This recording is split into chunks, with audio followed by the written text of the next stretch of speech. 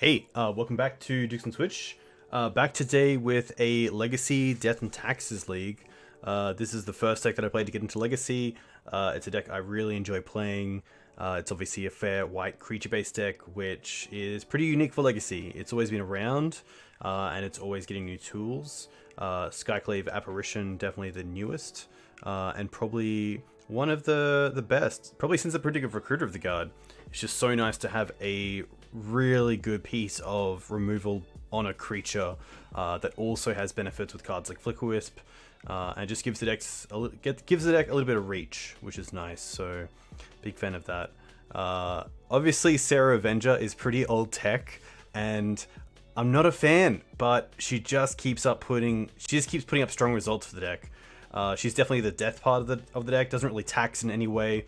Against combo, she is pretty much a vanilla 3/3, but at the same time, against the decks where you really want her, against Delver, the mirrors where sometimes the ground can get pretty clogged up, Mavericks obviously putting up some pretty strong results, and having the 3/3 fly in the air can really be a huge advantage, especially one that can both defend and attack without too much downside, which is kind of nice. So I think if I was going to play this in a real tournament, I would probably add a second Spirit Labyrinth and maybe even an extra planes, just to go up to 24 planes. But otherwise, I'm a big fan. This is a list we 5-0'd with last time, which is cool. You can find that league on my YouTube channel, of course. Hello to everyone watching on YouTube as well. This is where all these go. Let's get right into it. There isn't too much to say about this deck. Not too much has changed from the old list that I played. Technically nothing. So yeah, probably looking to play against a lot of Delver and midrange. Fast combo is going to be pretty tough. The new combo deck with the Bloom and Chain of Smog is interesting. So we'll see how we go against that if we do play it. But hopefully we don't. Hey Skater, thank you very much. Alright, let's go to in-game. Nice. Play league. Nice. I hope you're all well. It's getting pretty cold here in Australia, which is nice. Coming up to autumn.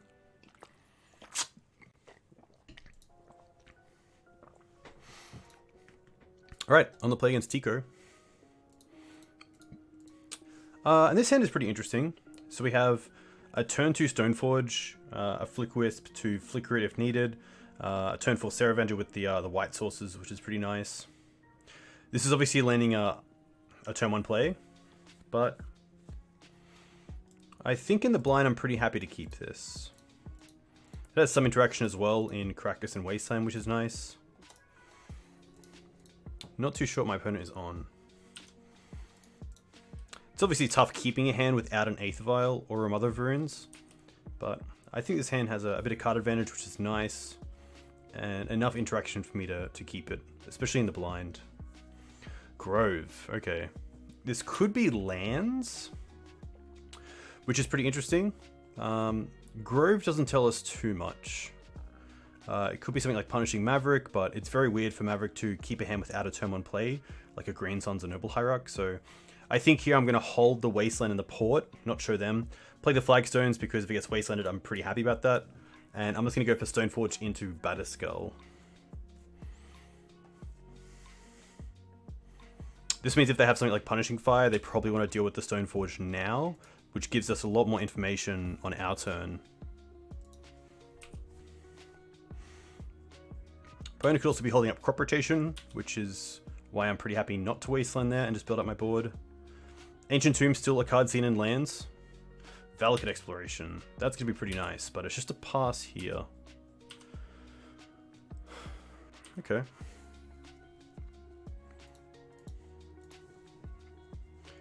So a Vial isn't the worst here. We get to play Vial and also hold up Batterskull. Exploration obviously pretty tough.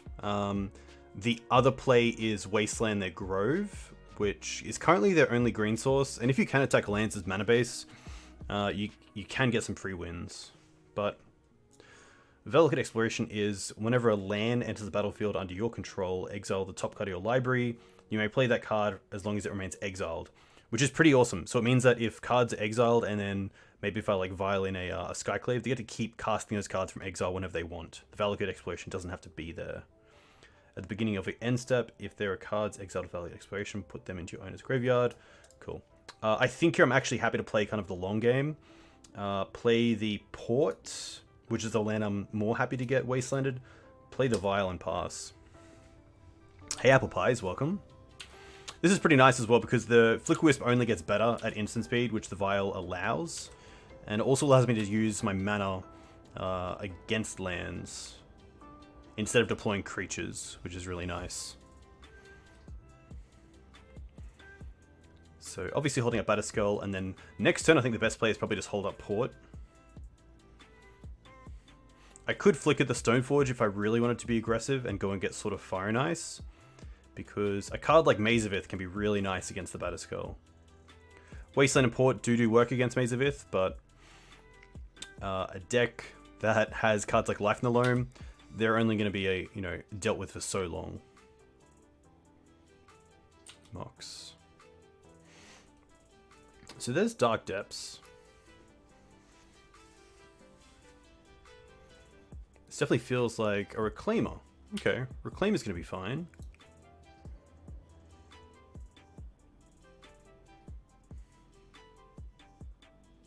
Sylvan Library. That's pretty nice as well.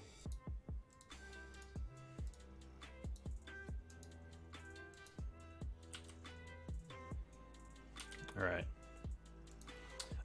Trigger in the stack, I'm pretty happy just to put this in. We do have options here. My opponent has 2 green sources, and we can potentially get rid of them this turn by flickering the Mox Diamond if they don't have a land in hand, and then just wastelanding the Grove. But I'm going to assume my land's opponent has 2 lands in hand. I think the best draw here is probably just Swords to Plowshares. It means we can deal with the Reclaimer, wasteland the Maze, and then port them off the Grove in upkeep.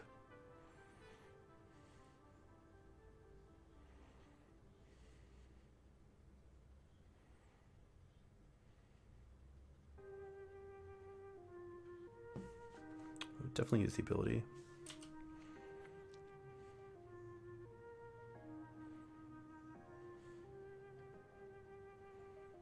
Opponent thinking.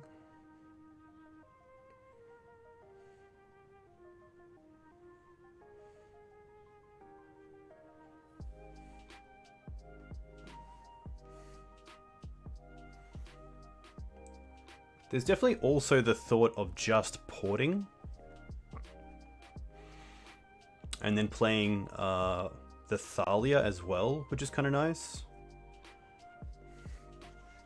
Hey Nathan, welcome.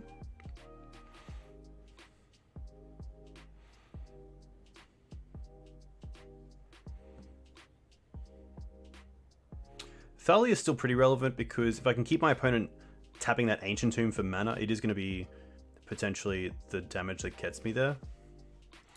So I think we'll definitely attack for...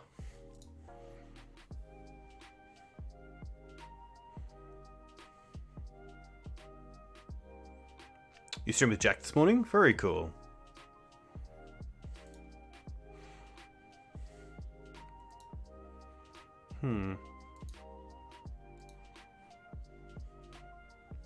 I guess the one reason to use Wasteland here on port over using using Rishon port, sorry, using Wasteland on the Maze instead of using Rishon port, is that once this Elvish Reclaimer is online, Wasteland becomes a little bit worse because they can just sacrifice the land we target to Reclaimer to get something else. So I actually am happy to use the Wasteland here on the Maze before the Reclaimer's online.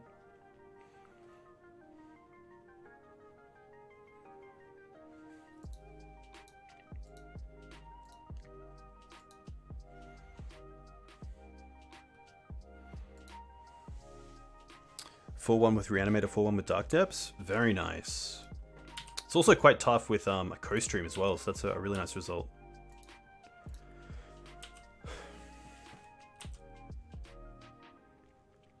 Ah, Doomsday? Okay, that makes more sense being Jack. Because they have double green here, I think the Thalia is just a little bit better because it means that it is going to be taxing them a mana but also pressuring them. Something like Reclaimer into Tabernacle would be a little bit rough, but we do have the lands to pay for it at the moment. And I don't really care about the Stoneforge here, it's kind of done its job.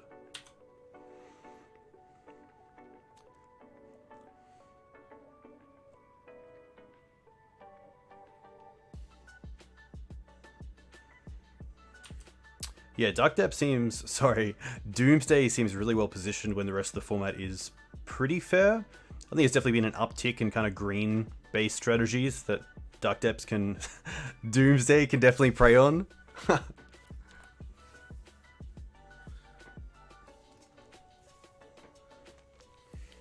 If I say Doomsday... If I say Dark Depths one more time, the one time...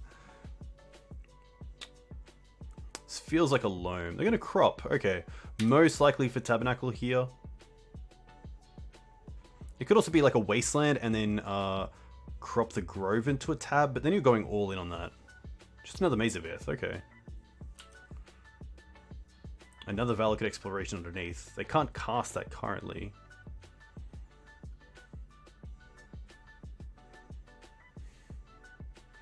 Yeah, the Chain of Smog decks feel pretty bad to lose to, but it's very cool to see the different adaptations that people are trying out to get the combo working.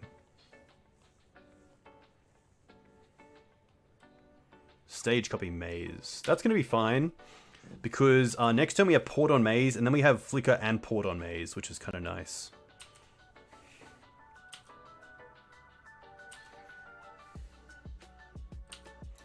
Could have definitely just activated the Val there, but definitely a good thing to be used to. Planes. Okay.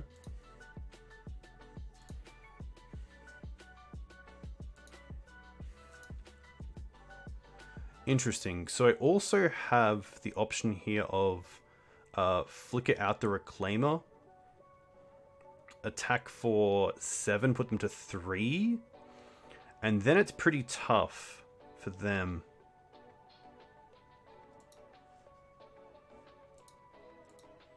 Hey Dizzy, hope you're well. Nightbot.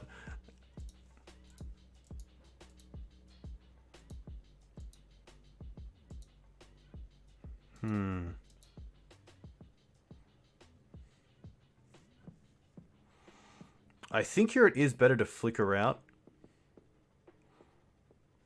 I like flicker out Reclaimer. Attack for 7, put him to 3.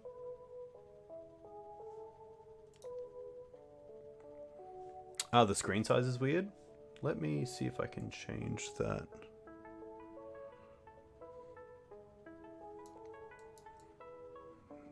Hopefully that's a bit better. Over there.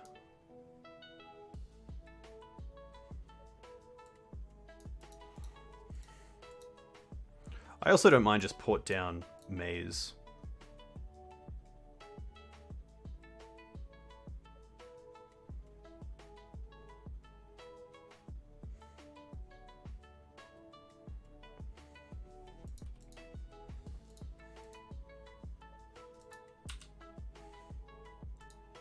Hey, Reaple Cheap.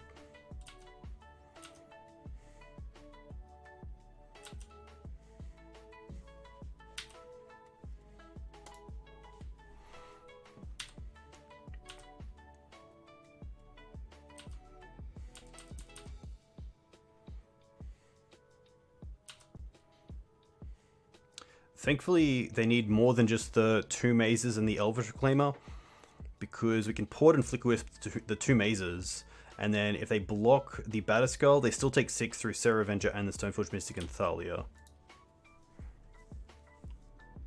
Wasteland. That is okay.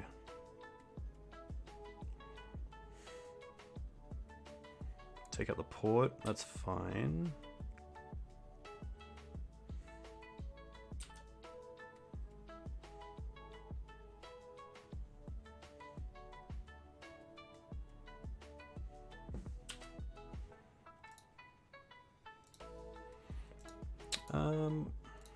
Trigger this first. Activate Vial. Put in Serra. My opponent might now sack to go and get Tabernacle. They don't. Okay. Wasteland. Port. Plains. Okay.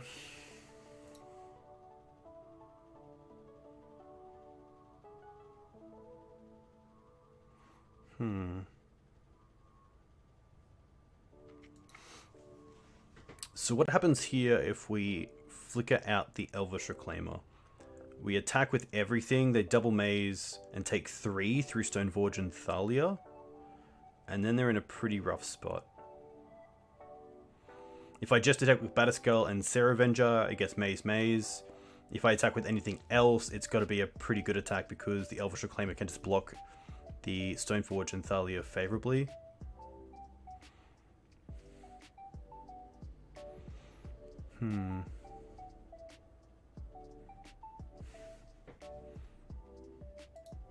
I don't mind Flicker Wisp here.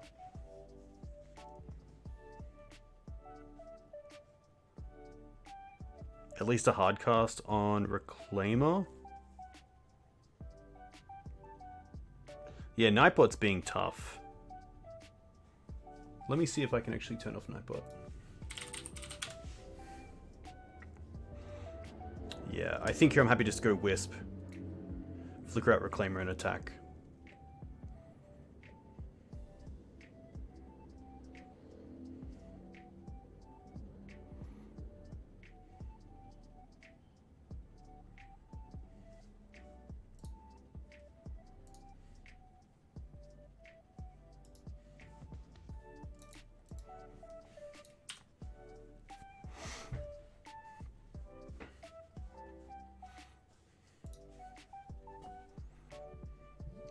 I heard. Plains attack is pretty good because it means that I don't really care about the Thalia, but it doesn't mean my opponent can't wasteland me off a land before they play something like Tabernacle. I'm also not going to 6 because I do want to act like I have something that I can put in with this file, but I'll just do that on that turn. I am 4 minutes down, so I do have to consider the time.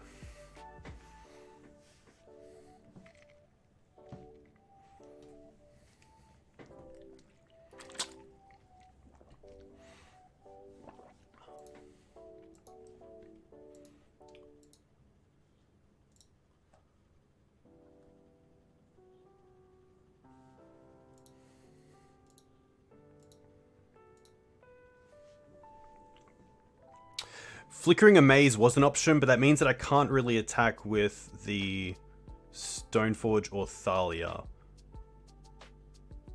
Because I forgot what they were at. How much life were they at? 3, 6, take out a maze.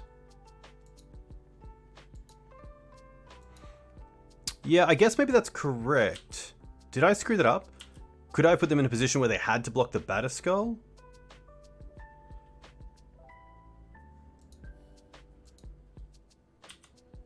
Huh. Wasteland's fine. They do have a crop.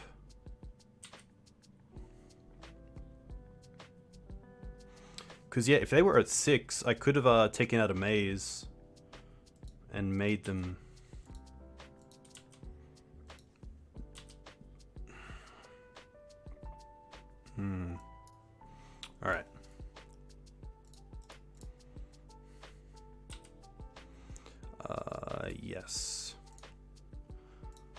Yes. Yes. Yeah, this is pretty tough for them. They end up with the same life total, but have stage, which isn't a copy of Maze next turn. Yeah, that's very true.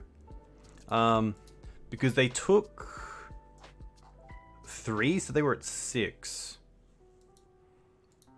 Yeah, which means if there's one less Maze, then they can Maze the Batterskull, block either here or here, and then take 3 in the air, which just means that I lose either the Thalia or the Stoneforge Mystic. Lands is going to be interesting. Let's take out Thalia's. Revoker's interesting. It really only has Mox Diamond and Elvish Reclaimer as targets. Kind of same as Spirit of Labyrinth. Only Sylvan Library is a real target. I do like the Surgicals. I do like the Rest in Pieces. I do like the Council's Judgments. Mainly for their enchantments.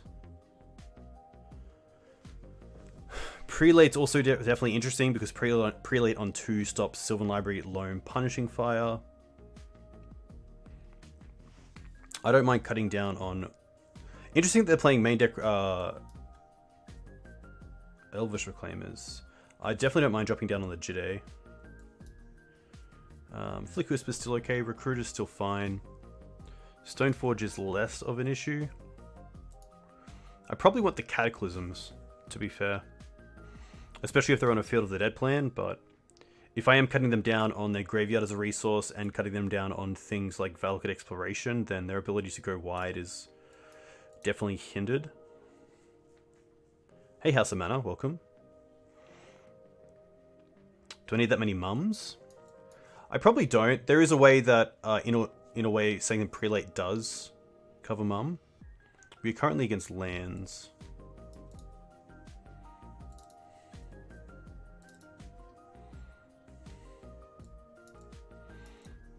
I don't mind something like this.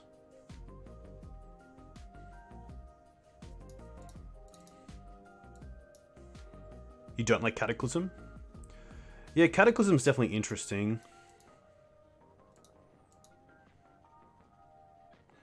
I don't mind Spirit as just a really good beater. And if they have something like Sylvan Library, it's quite nice.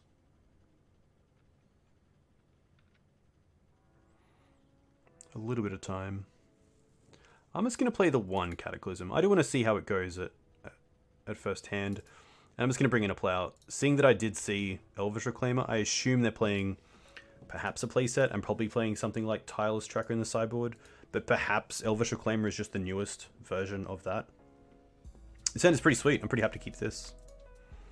Hey Tubes. Welcome. Yeah, maybe Spirit is just better because it is also a really nice hit.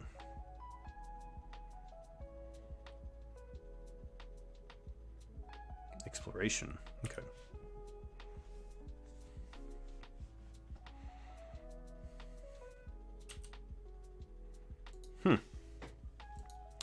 This is an interesting spot where I could really get my opponent by wastelanding them with a Taiga, as currently their only green source. But I think Turn 1 Vial is just way too good.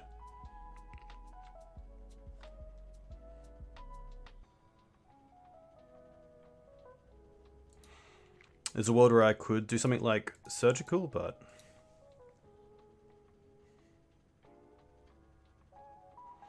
when in doubt, waste them out.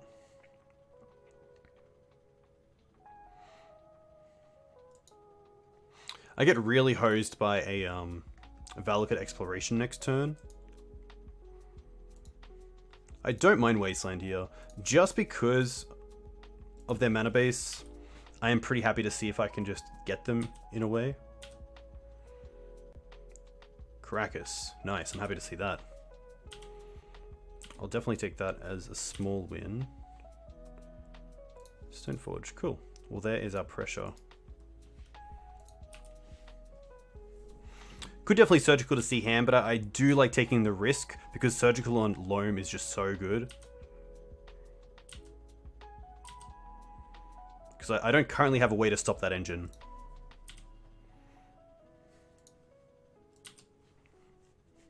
Another vial. Okay. Interesting. Probably pretty happy just for second vial, to be honest.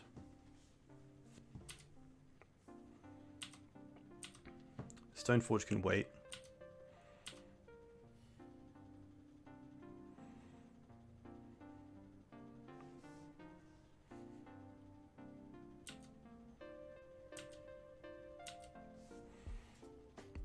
If they want to double Stoneforge, if they want to force the Aether Vials, I'm pretty happy with that, because then the Batterskull isn't getting hit.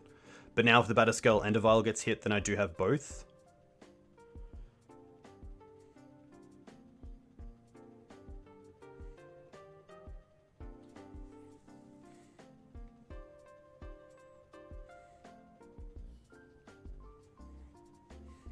Because I think if I play Stoneforge and get Batterskull, if they have Force of Vigor, they just wait for that.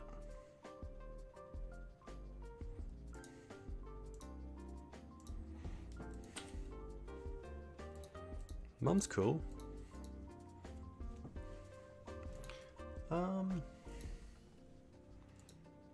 This is an interesting spot because my opponent isn't really doing anything with the exploration. I could just hold up the waste and wait for something like a Valakut exploration or a Sylvan library. So I think I will just play it slow here. My opponent doesn't have a way right now to draw into the extra lands to play with exploration, so it doesn't seem as broken as usual. The images on the merch website aren't working? Interesting. Why not play Mum? Mainly because we have a Vial on 1.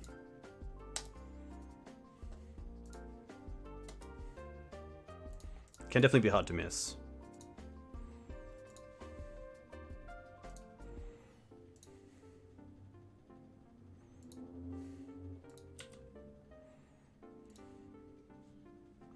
Pretty happy to trigger both of these and then just say no after that, keeping 1 on 3 and 1 on 2.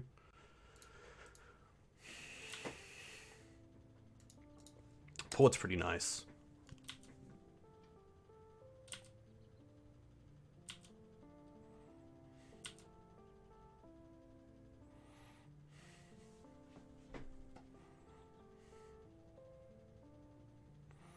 I don't mind Port Wasteland, because if they Wasteland me, we can then flicker it out and then get it back in end step for Stoneforge, which is kind of nice. It also takes them off a land.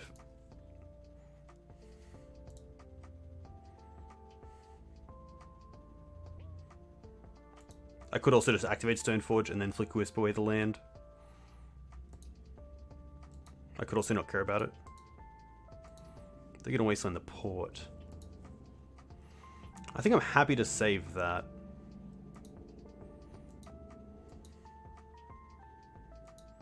Especially because right now Port's just a really nice answer to Mazavith without having to actually lose a land for it as well.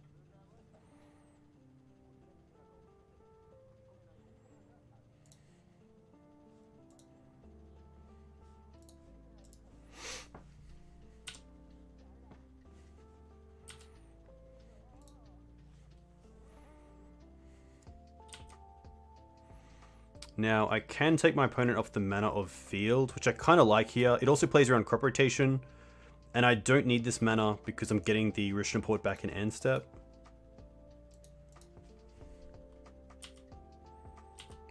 Just to really keep taxing my opponent.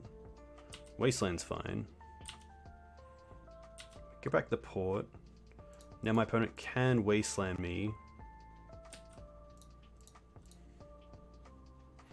Which isn't the worst. We still have good pressure. We're attacking for 8 a turn.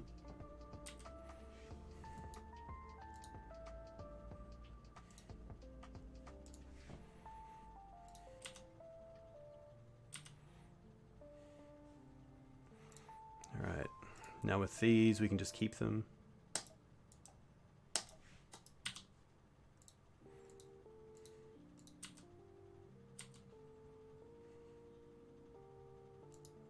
Okay. I actually don't mind just attacking with everything here. Especially seeing how caught up on mana they are. Kind of a free attack with the mum. Field's definitely an issue if they have an engine going, but currently they don't. So I don't want to surgical the field and then have them untap, play a green source and start loaming, which can be pretty scary. So I'm actually pretty happy just to pass. Because right now they're, you know, 5 or 6 turns away from field doing anything, and they're obviously pretty caught on mana. So the turn 1 Wasteland on Taker really paid off because it was their only green source.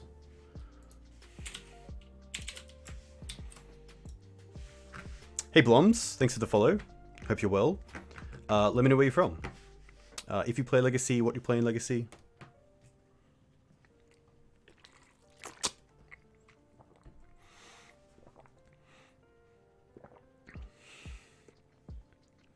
Where is it? Dizzy. Disley AU. I believe you sent me a message, but you sent me a message just saying, is it too much to rent? You didn't send me a list. So if you send me a list, I will play it. Unless I got an email that I am missing.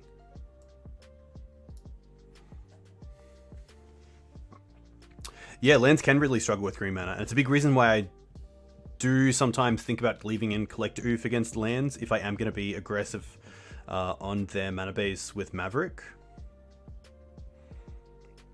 Ah, yes, yeah, all good, all good. I do have it. I'll send it to you after I finish this stream. That was really fun to play. If anyone here is keen on some green painter, Disley sent me a pretty sweet deck that had a painter and natural order combo, and then also Khan, the Great Creator, which is pretty sweet, which you can find here. Do I know what I'm going to play in the 7-point Highlander tournament? I think I'll play Bug midrange. I'm a big fan of Bug. I'll show you a quick list. It's pretty much just a fair value deck that plays cards like Oko, Uro, Leovold, Sylvan Library.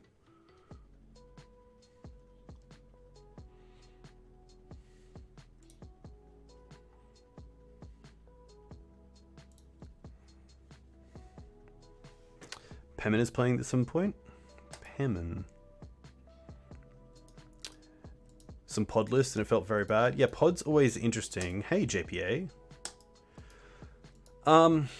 This is a pretty good hand against Show and Tell, but JPA has also been on a Delver deck.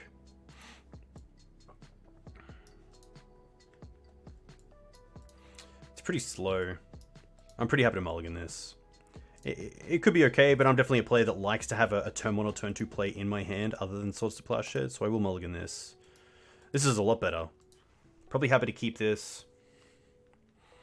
But it's interesting what I drop, because although JPA has been on Show and Tell, it could be anything. I think it might just be the Stoneforge Mystic. Because if I really want Stoneforge, I can Recruiter for it. Definitely keeping.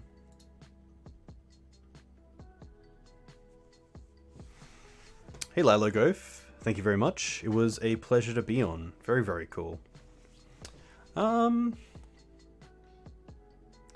JPA, are you on show? I think it is just the Stoneforge because I can Recruiter for it. Everything else I can't really Recruiter for it other than Recruiter.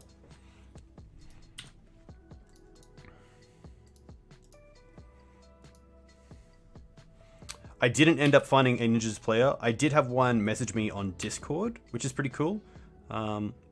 But otherwise, no. Snow-covered island ponder. Okay. Snow-covered island. Chose to not shuffle. Krakus. Of course. Pretty happy to hide this for now and just play planes and pass.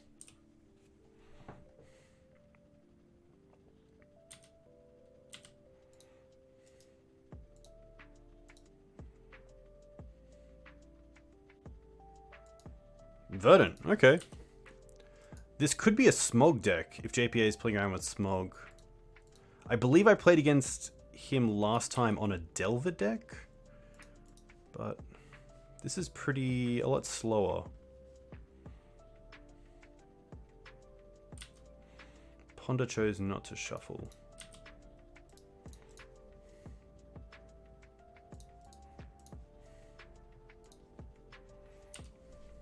Fatal push. Okay.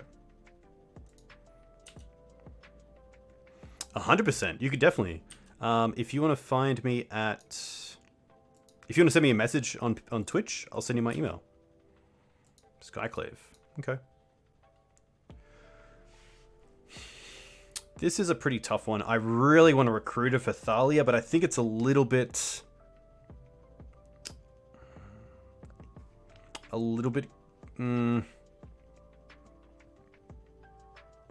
tough. Because next turn I could play Recruiter and then play Thalia with Daze back up and also Caracas. I kind of lose everything in my hand if I play the Recruiter and it gets countered. The Skyclave and Stonefoot and Sword Splashes are very reactive, so I think I'm happy just to pass here. Which doesn't feel great, but... Hey PvP, welcome. Was trying Blue Moon or going aggro and keeping it simple. Yeah, there's definitely a lot of decks in Highlander you can play, which is awesome. A lot of reach.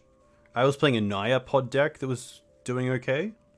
I was a pretty big fan of it. But against Slush Puppy, which is a big deck in Queensland, it had a pretty rough time. JPA thinking on their turn.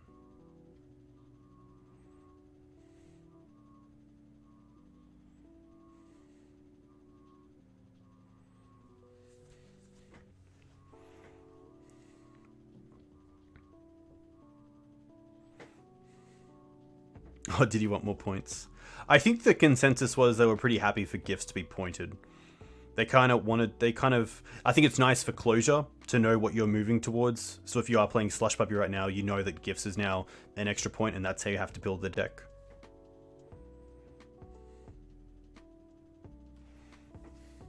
I bit the bullet and bought D&T this weekend. Been playing it in practice since I haven't used MTGO since like 2014. But the deck seems super strong, only weak to bad draws, which are rare, and big mana decks like 12 Post. Yeah, D&T is an awesome deck. D&T is a really good deck to learn the format with, because then your experience of knowing the format makes you a better D&T player, which is really cool. But yeah, it's definitely... I think Skyclave is a pretty huge printing for the deck. Definitely gives it a lot of reach, which is nice. Planeswalkers, creatures.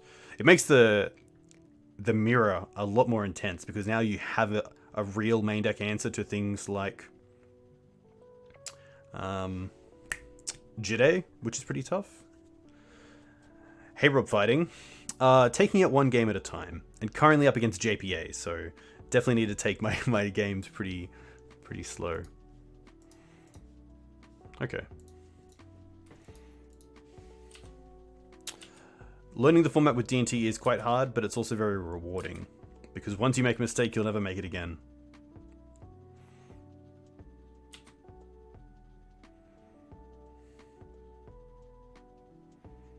Okay. Alright.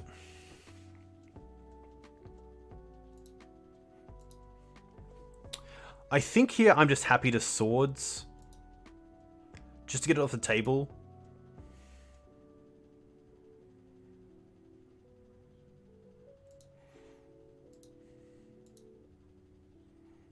Do it next end of turn. Yeah, the tough part is that I really want to use my mana next turn, and I don't know if I'll have Swords to Plowshares up, or at least I don't want to be in a position where I have to do it.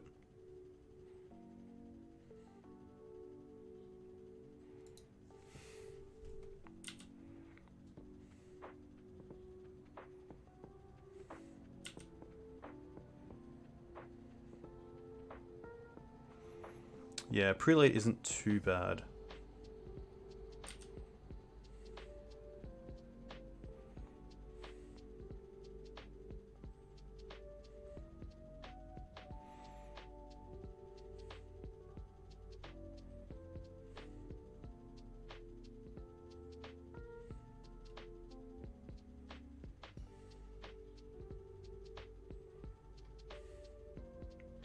I don't think JPA would buy that.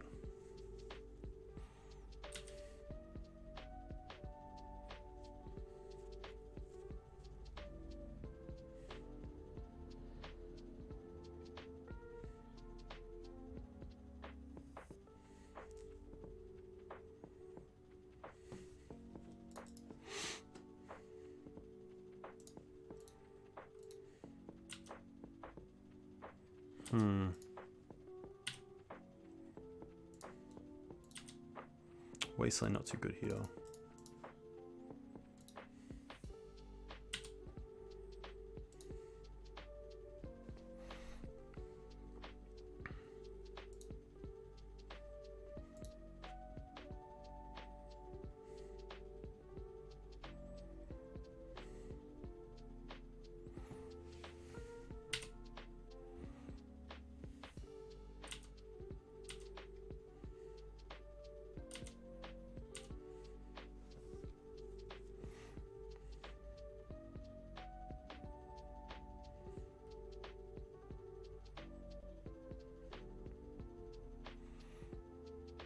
I guess if they have a second one, then we respond to it.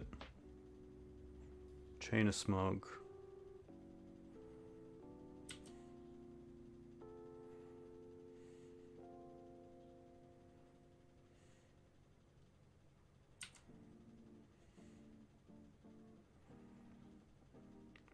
Yeah, so now we can wait for them to discard down to 0 cards. They're gonna brainstorm.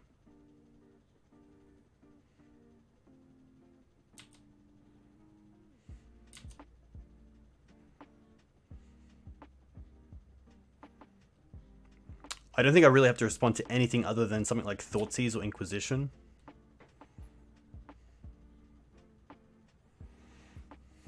So now they're down to 0 cards. Pretty happy just to do it here.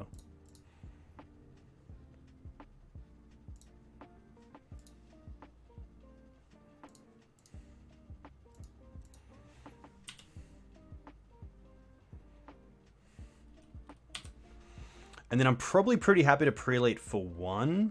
I could prelate for 2.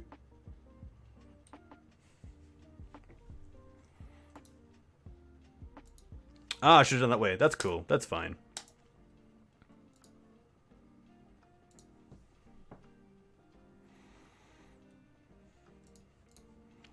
Keep this at 3. Another Skyclave. Okay. I think because I drew the Skyclave, I'm pretty happy just to prelate for 1, because if they do reassemble the combo, we still have Skyclave.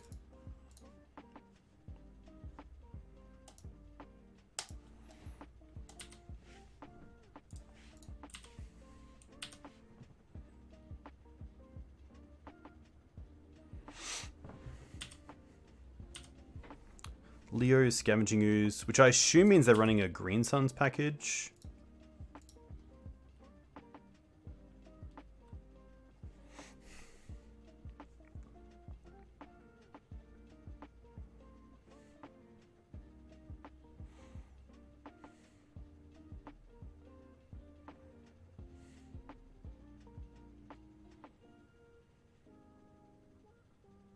Okay.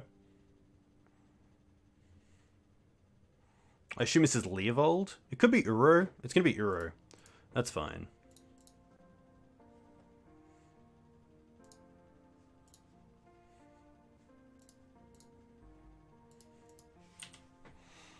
Doing it now because I just want the extra creature in play to start just dealing some damage.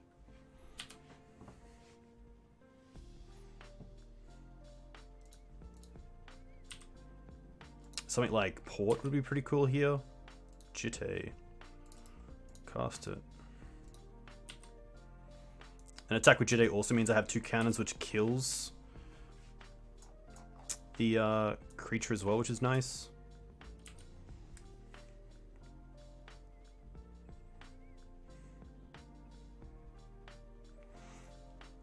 Yeah, it's very true, Orange.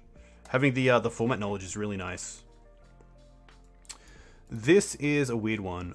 I like the prelate. Seeing Uro is interesting, and also Scavenging Ooze. I don't like the Revoker. I think that's a pretty easy switch.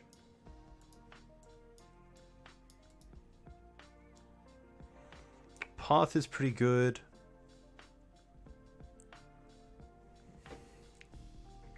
I don't mind taking out Avengers in this game where it's just going for the combo. I definitely don't mind these. Serra just pressures, but yeah.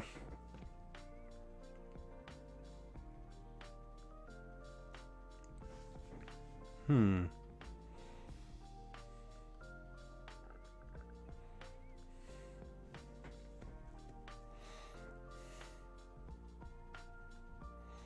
I can definitely see one Thalia, especially on the draw and bringing in a fair amount of non-creature spells.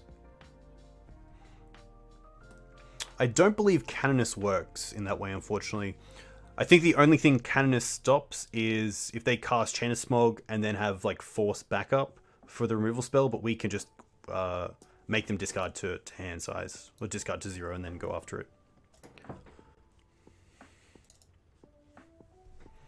I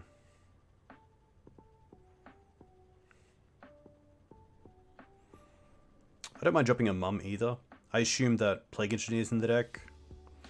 And there isn't really a creature that I want to protect outside of Prelate.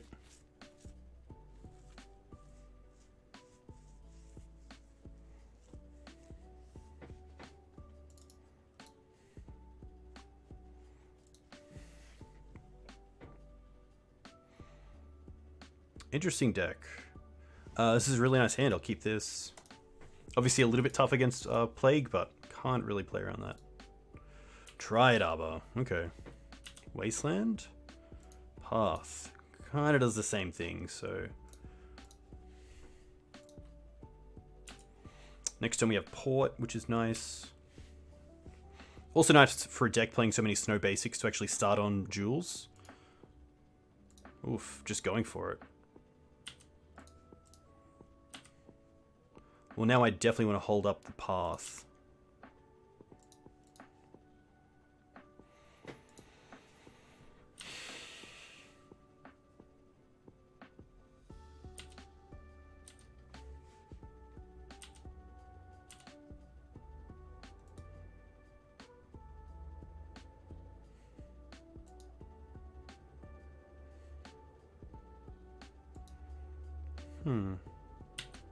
That's going to be fine. They can have the 3 life and gain. There's no graveyard yet, which is really nice. So I don't really have to worry about Uro at the moment. This also means my opponent can only have up Swamp. So I think I actually should have played the Port here, because it means I could port them in end step, or port them in the second main, take them off the Black Source, and then put in Mum and not have to worry about Fatal Push. So putting in the Flagstones is probably just incorrect, but I didn't want to show that I had Path by playing Port but not porting.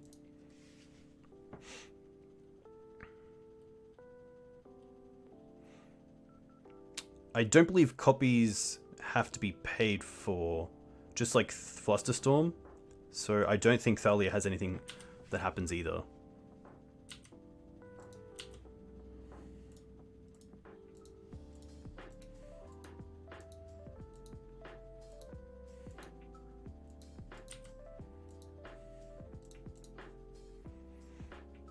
Alright, Mum. Ah, always the Fatal Push. That's fair.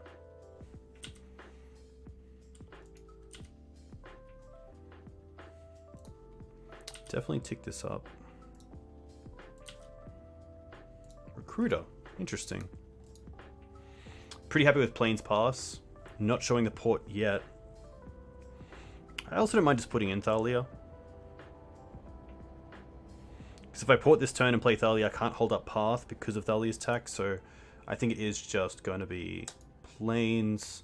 I guess we get to go Vile first. I was going to say put in Recruit as well off the mana because Thalia means it can't be countered, but I do want to hold up the Path, so...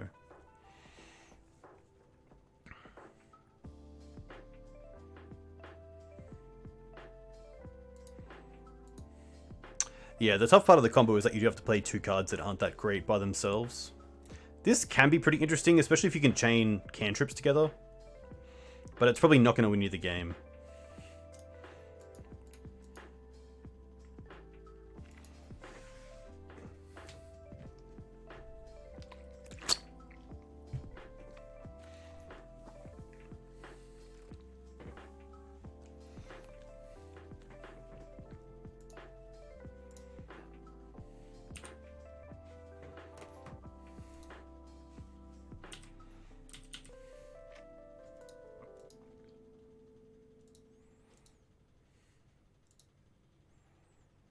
Feel a Plague Engineer.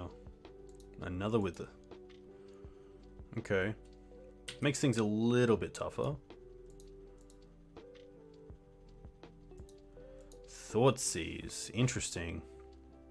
I think I just let this resolve and then try to get a recruiter chain going.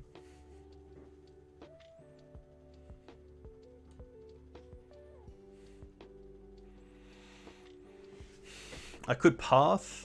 They take the recruiter of the guard and leave me with Flicker Wisp. Which means I could have Flicker Wisp up then in case they try to go for the combo by flickering out the apprentice. See, I think I'm actually happy to keep... Let them have it. You would Path now? There's definitely upside to Path. Especially where they're tapped out, they can't counter it. It also means one is just gone, which is kind of nice.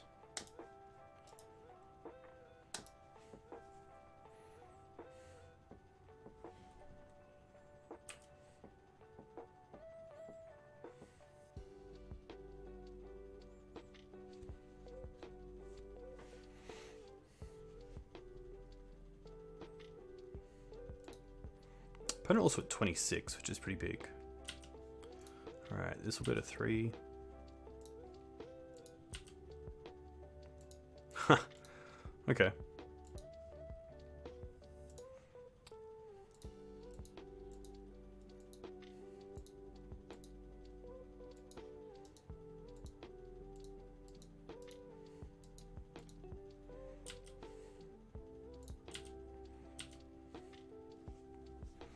Definitely big draws.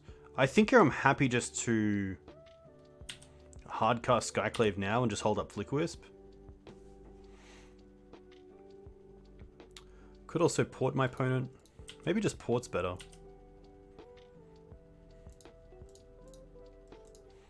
Off by for double black.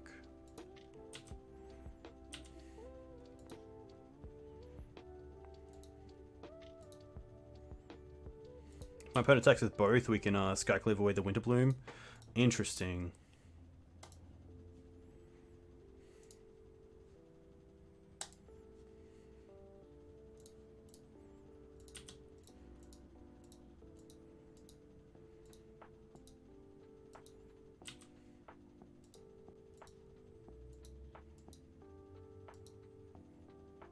K is fine.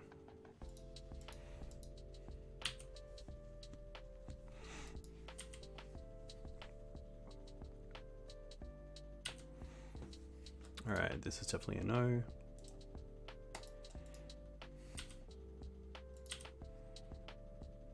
Judgment. Okay.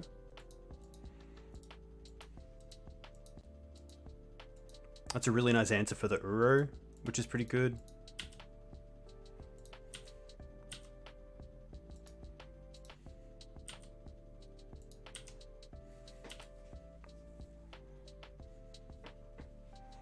Hey, night Nathan, all the best.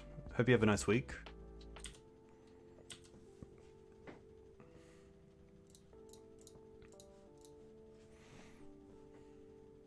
I could also go up to Trop because it is their second blue source at the moment, but I kind of want them to put the Uro into play just so I can get rid of it with Judgment.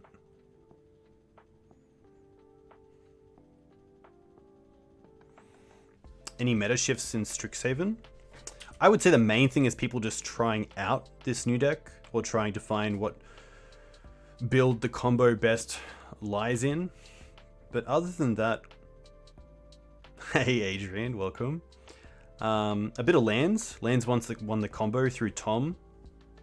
Won the challenge, sorry. which is very cool to see. Probably pretty happy just taking this. Hey Julian, welcome. I hope you're well. This is the Dukes. Brainstorm. Okay. Conquer of the Drop Bear lands. I do like that we got Callum with that. Callum probably had a good Google of Drop Bears before he made a finish. I think here I do just want to race my opponent a little bit. So I'm going to put in the Flicker Wisp, get rid of the illusion, and start beating down for 5 a turn. I need a Drop Bear emote. That's a great one. That's a great one.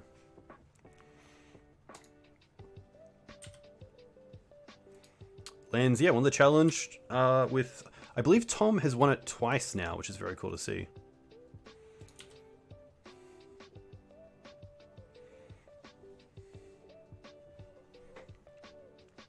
Yeah, Land's a tough deck, Granham, but I'm sure you will get there. I'm sure it is shifting away and going towards some consistent wins.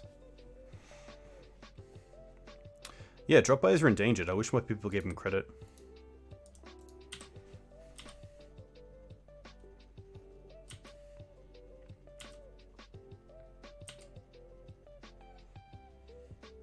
I don't think I need to worry about double black. I think I'd rather... Tough one.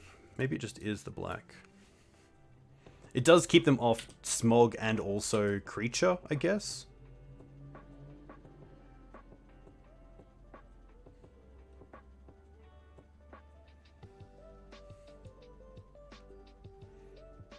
Hero is fine.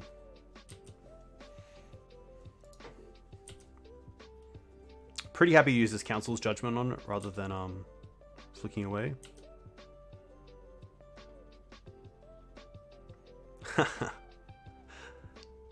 the old Delver play.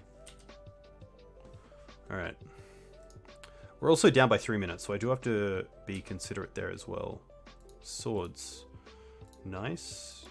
Let's start with Judgment.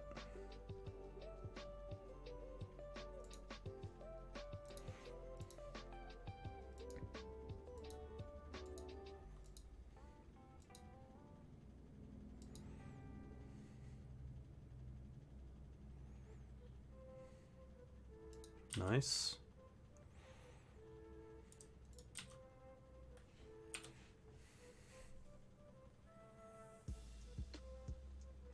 Cooking with wine is the only way to cook, right? Surely.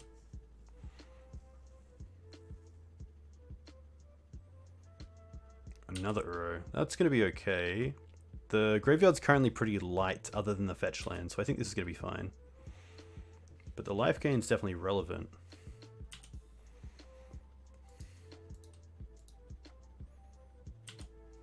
Ponder's okay. Let's quickly see what the Ponder does.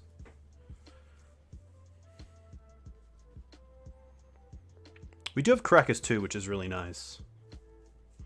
Chose to not shuffle. Interesting. I guess they do have 2 fetches, so it doesn't really give us too much, other than the top card is what they wanted.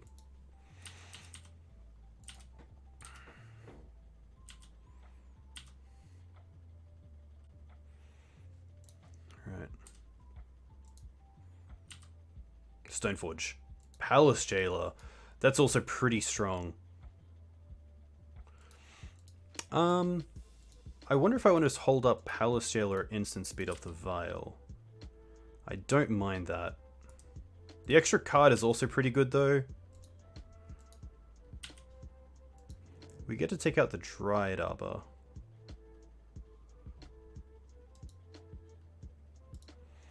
I do like a Vial for through as well. It's just awkward because I currently don't have a way to beat the combo if they just have the combo again, which is why I like holding up Swords to Plowshares, which means I can also just like hold up Caracas, hold up Swords to Plowshares, which I actually really like.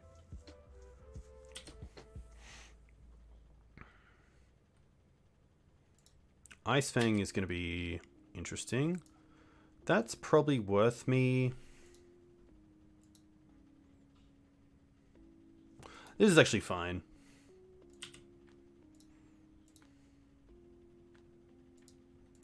cool.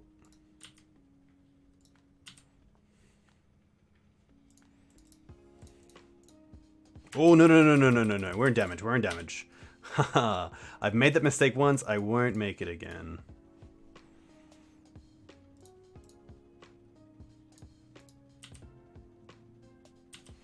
Nice. Now they really have to get there through the combos. So something like Skyclave or Flickwisp off the top would be really good.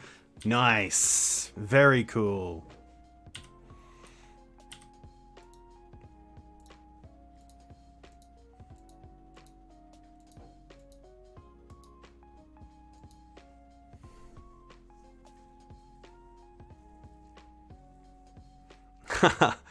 Yeah, it can definitely be tough. They're going to chain.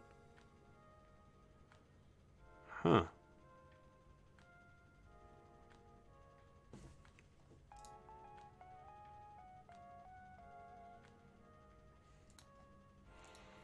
Yeah, I don't mind Flicker Jailer here. I was thinking of Caracas Thalia and then keep the Wisp, but I don't mind this, because then I just get to discard one instead.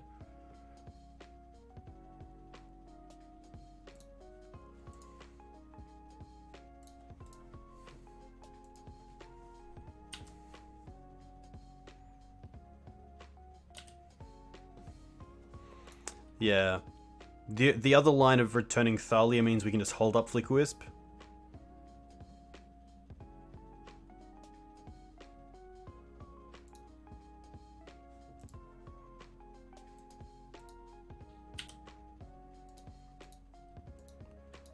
Wow. They have one card left. It's going to be Uro, but we do have the Palace Jailer coming back now.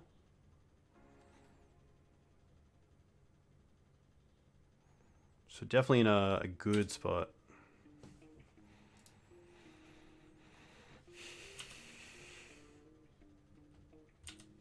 Opponent up to 2 cards. Jailer comes back. Trigger, take out the Uro. Nice. Untap, draw Stoneforge? Stoneforge would be pretty cool. They could have waited for the Uro, but maybe they just want to cycle it into another card. Caracas.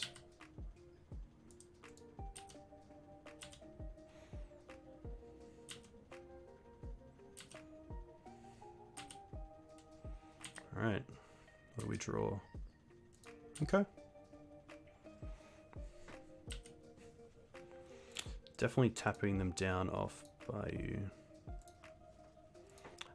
Colors don't really matter at this point, but there's probably a stage where I can take them off double black to keep them from casting both Chain and the Mage.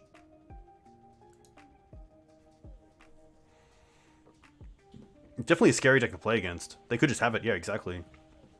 They even have the mana to ponder or brainstorm into it with a land.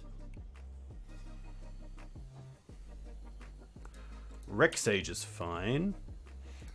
This is going to be fine. We still have lethal on board, which is nice.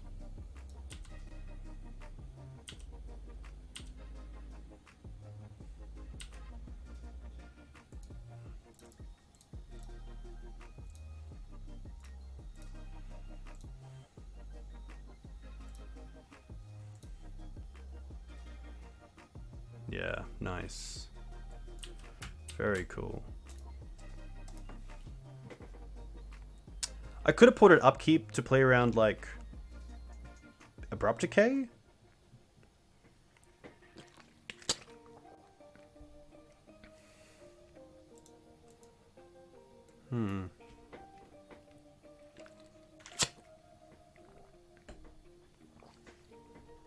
Interesting games. Had some really nice draws, which is great. Obviously, against a deck like that, you really want to make sure you have an answer most of the time. So having a Vial at the start of both games, and then having Flickerwisp and Skyclave as really nice outs off Vial is always really nice. Okay, let's be honest. JPA, and then I'm down here. I'm not even on the screen.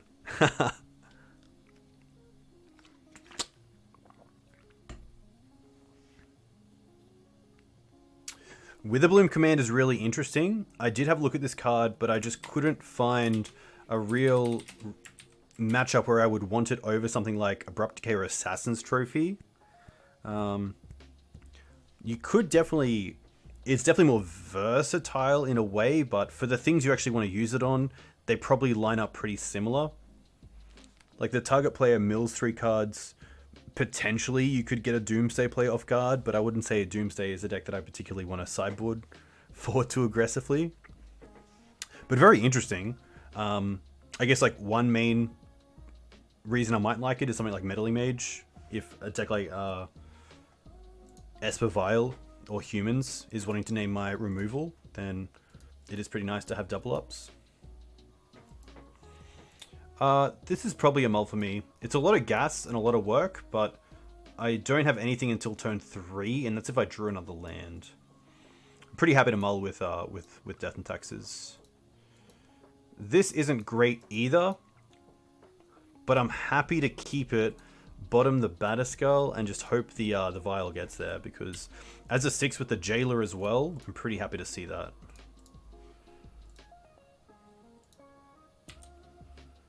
But it's tough keeping one-landers. Another land off the top would be pretty perfect, especially something like Port.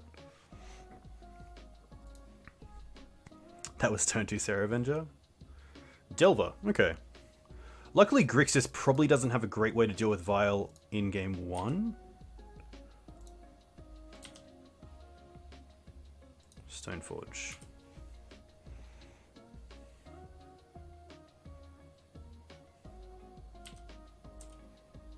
This could also be Bug Delver and have something like Abrupt Decay main deck, which would be pretty strong here. Luckily, it won't be coming down this turn. Preordain, okay. Bug more likely, yeah.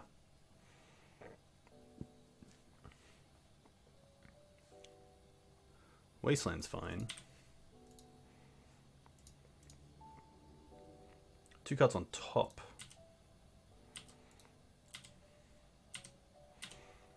We will just activate File here. Do nothing.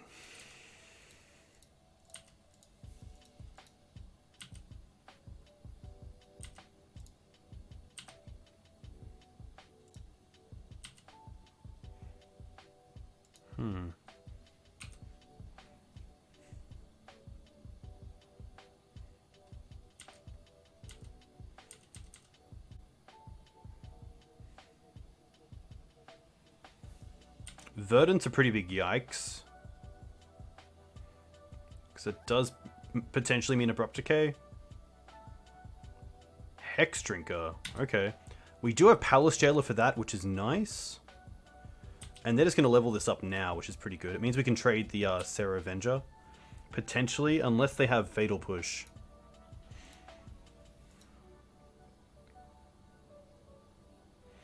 There's definitely a world where I don't mind taking this, going to 14. And then Serra Avenger later on, so that Stoneforge can eat a removal spell. The tough thing is that we know Batterskull is at the bottom, so it's not really thinning the deck to draw into a land. I think I like actually just trying to take them off as many pieces of... as many threats as possible before anything happens. They have Fatal Push. Okay. I guess I potentially don't even mind if we don't draw a land, recruit it into Mother of Runes. We'll see what happens. We'll see if we can draw a land here. Okay. I don't mind Stoneforge here. Even if they have a daze, that's fine. Okay.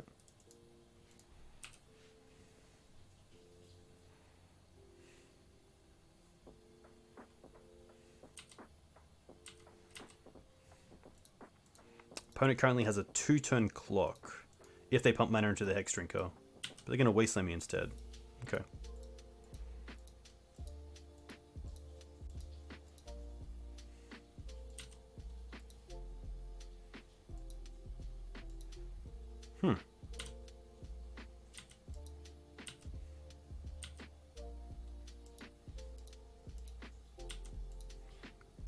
Decay here definitely gets me.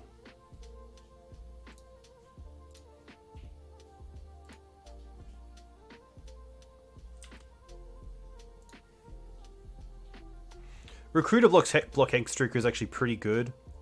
I think that probably was the play, because then I can Palace Jailer the Insect Elaboration. It's probably a lot better. I just had in my mind that they were going to tick it up, that I didn't even think of it.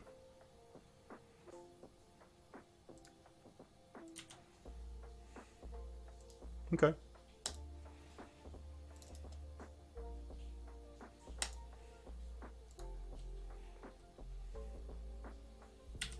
That's fine.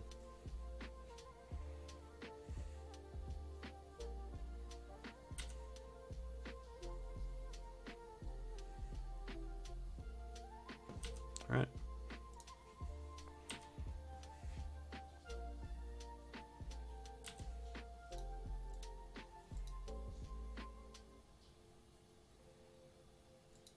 They're going to try to push the Recruiter? No. Maybe they're holding up Stifle. That would be pretty tough. They use the fetch lane, which is interesting, because they do have Fatal Push in their deck, so they do want something to turn on Revolt.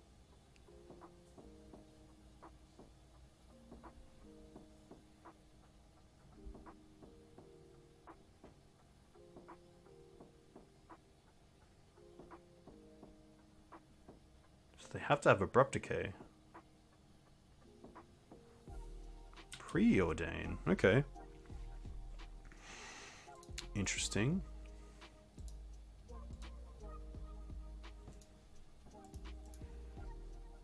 Two cards to the bottom. It's pretty good for us.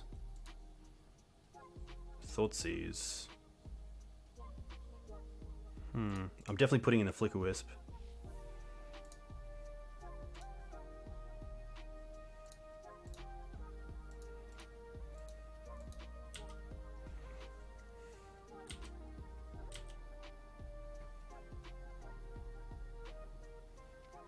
I guess Thraben University is the easy one. But after that, it's pretty tough. They do attack. Okay. This is fine. Probably something around Thraben. Thalia's Secret Lair. I like that. RichardImport.com. I think here we're just getting another Wisp. I actually could go for Skyclave. Interesting. Maybe Skyclave's better. Just to get rid of the Hex. I think it might just be Wisp though. Wisp is just so good. It just keeps drawing me cards as well. And to be fair, Wisp is pretty much an answer to the Hex Drinker as well. Magister's Taxes and Gatherers. Nice. I'll heed to that. Alright. Let's win this. Okay, still pretty good.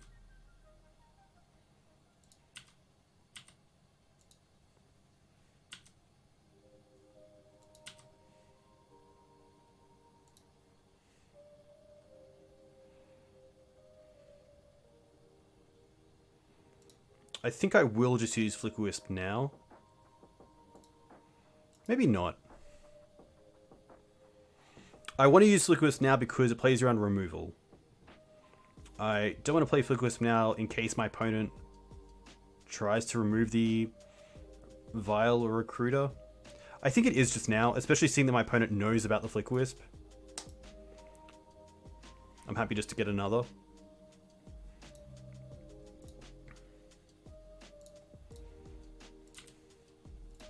It's been a pretty sweet game.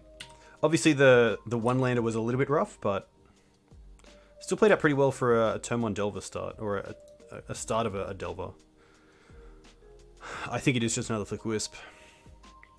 Mother of Runes is definitely interesting, but I think it's just Flicker for one last hurrah.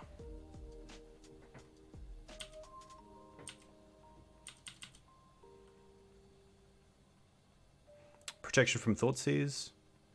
I guess if I am getting a Flicker Wisp, it doesn't matter too much.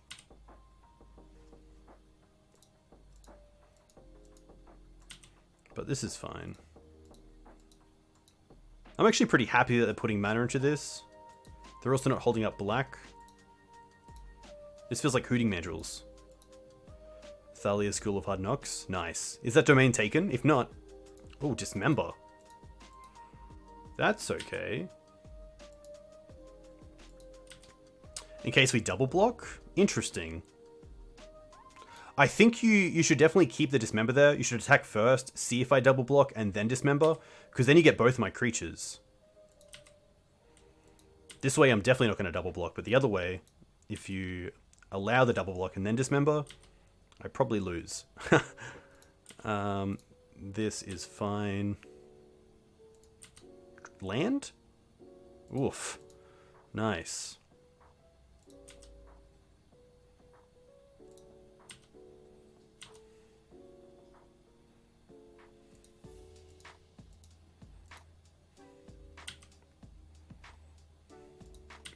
I think just to play around Stifle as well, I am just going to cast Sword first. And then activate this. Put in Flicker Wisp. Flicker Wisp. End step. Flicker this out. I still think Skyclave was probably better. Because it means then I can use Skyclave again with Flicker Wisp. But this also puts lethal on board, which is nice. Opponent only has 2 cards left.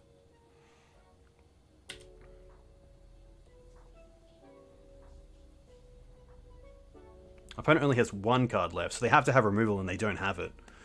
But I think because of, yeah, this, I should have just done Skyclave and then held up Flicker Wisp Skyclave. That's much better. Hey Drain, welcome. Ooh, Japanese whiskey, nice. Delver, Bug Delver. I like the Council's Judgments. I like the Path. I don't mind the Gideon.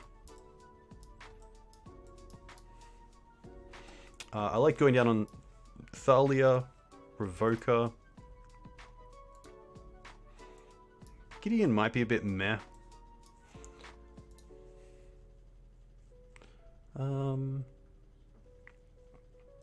Prelate's interesting. Prelate for 2 is probably what I want to name for Abrupt Decay or Assassin's Trophy.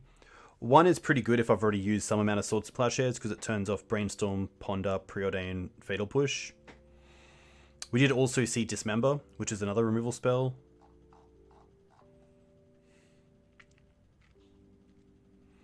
I don't think I want the Rest in Pieces. I assume my opponent's playing Tarmogoyf as a threat, but that's really it that it hits. Yeah, it might just be another Thalia or a Mum. Mum really good if they don't have Plague, and if we can maybe attack their mana base before they get Plagued down. Mum also pretty nice at just sniping a Hex Drinker. I think it is just a Mum. 3 Mum, 3 Thalia. It's tough though, because the upside of Mum surviving and then not having Engineer is just so much better. It could just be a Recruiter, but I don't mind it being a Recruiter. Sometimes Recruiter can just be a little bit too slow. But this is Bug as well, so it's not as aggressive as the Red Splashes for things like Bolt. Recruiter also a nice out to play Engineer because it can find Skyclave Apparition. Go with the Mum. I'm not happy about it, but we'll see how it slides. Hopefully in an okay direction. Nice hand. I mean, if this Batterskull was a Plains, I'd be inclined to think about it, but obviously you can't think about it too much. Great hand. Keep this. Interesting drop. I don't mind the second Flagstones because it is another white source, but I have a pretty high chance of drawing a Plains, so I don't mind just bottoming the Flagstones. And then doing old school turn 1 Vial, turn 2 Port. Interesting. Opponent holding up Fatal Push, Brainstorm. Swords is a really nice draw.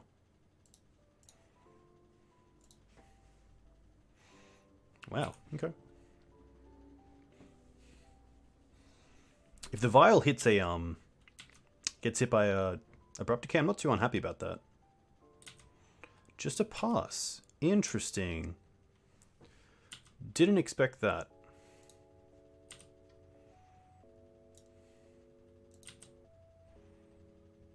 Flicker Wisp.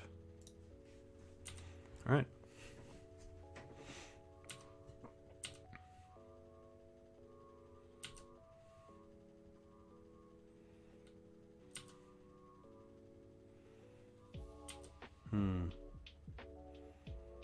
Definitely feels like an Abrupt Decay. Double blue. Petty Theft Bounce.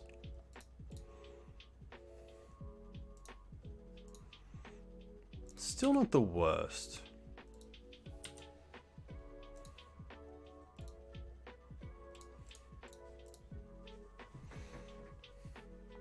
Abrupt Decay on Mum or Fatal Push here is fine. Or Dismember. Okay. Wow.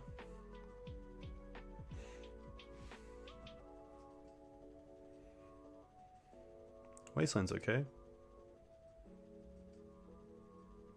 We are playing against Bug.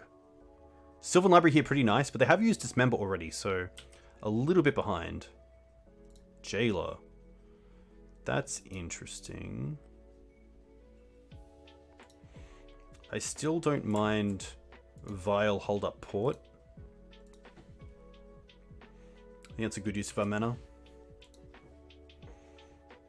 I'm just going to tap down the Underground Sea here because I am pretty scared of things like Abrupt Decay and Plague Engineer. Plague Engineer a little bit less because of the Swords to Plowshares. This feels like a decay. Okay.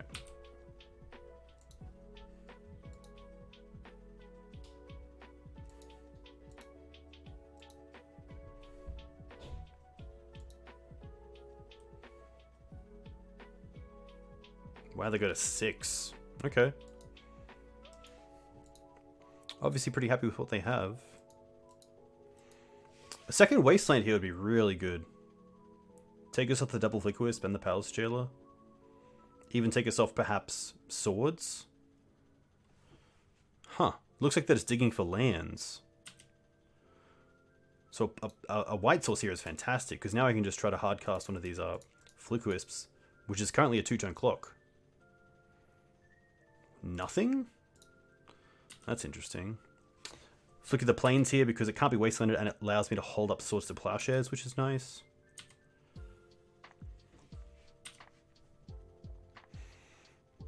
Forget work, return to whiskey? Have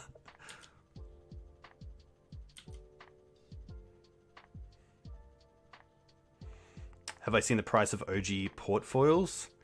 I don't want to. I don't want to.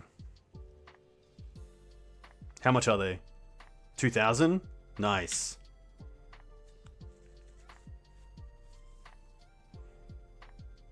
I know, Jack, you were saying that a lot of the OG foils have gone up.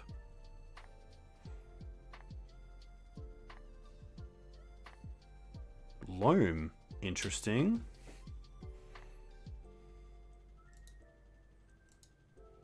Wasteland on Crackers here is still fine. Hitting the port. Okay. The best part about Flicker Wisp here is that if we draw a land, we can... it is still Delver. Some Delver players do play Loam in their 75. We can flicker out their Sylvan Library. Oof. Close.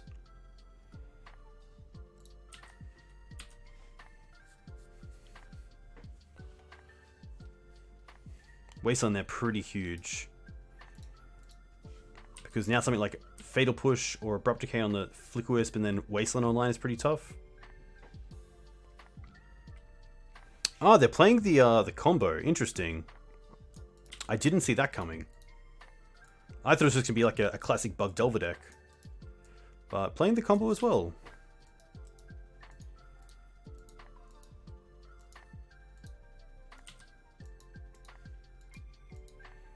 This definitely feels like Plague Engineer.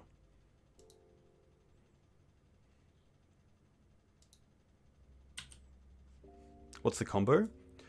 Wither Bloom Apprentice with Chain of Smog. Chain of Smog allowing you to... I probably want to swords this. Maybe I don't care about it. Happy just to play the Skyclave next turn, hopefully. Wasteland.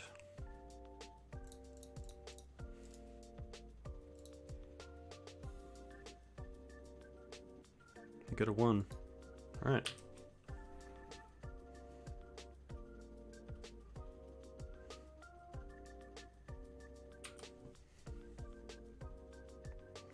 Yeah, so game 1 was Delver and Hex Drinker as their main spells that we saw. Hot Soup. Equipped creature can't be blocked. Whenever equipped creature is dealt damage, destroy it. Interesting. Please don't be Uro. Loam. Okay. Get back Wasteland. Cool.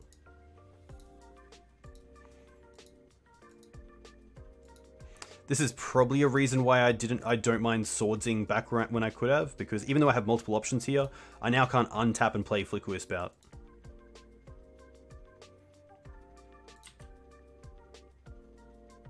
Serra Avenger.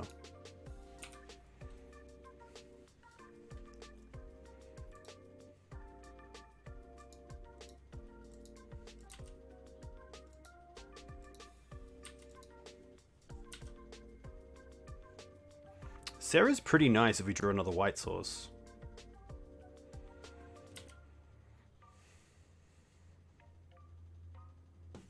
They have an Uro in the bin as well, which we have to be pretty ready for.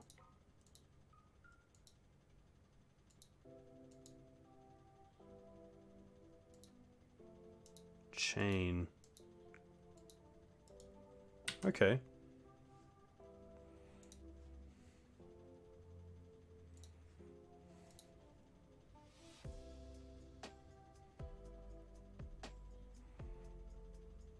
I think I send back, but then they can send it back to me.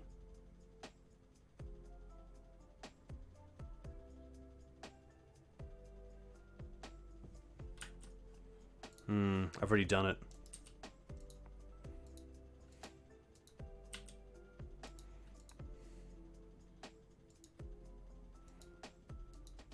Chain really good.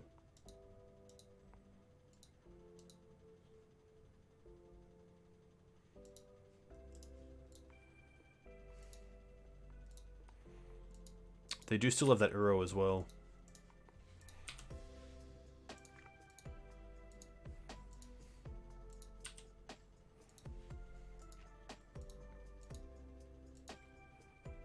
They also have the Brazen Borrower. They're in a pretty good spot.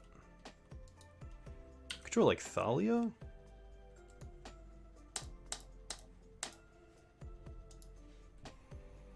They do get the Uro back though.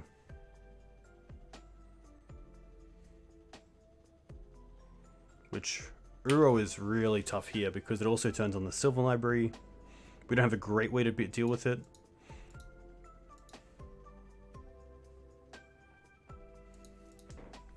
But I definitely want to see more of that deck. So I will continue playing this. Crackers can be pretty good, but not an all-out closing battle. Or a way to deal with it as just a 1-for-1. I guess it's pretty hard to deal with Uro without Pyroblast in a 1-for-1.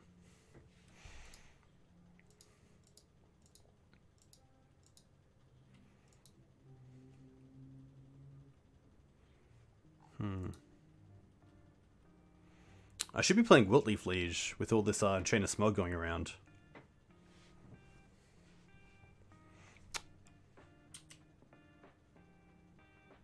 Plains.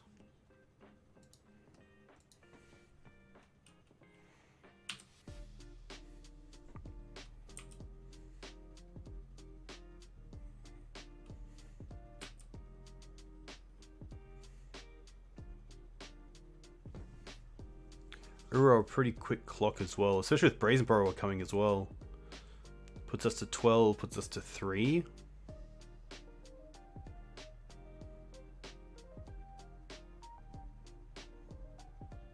It's Wiltleaf and Obstinate Battle time, 100%.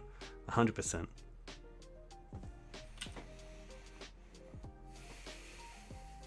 I guess a Skyclave off the top is a decent start.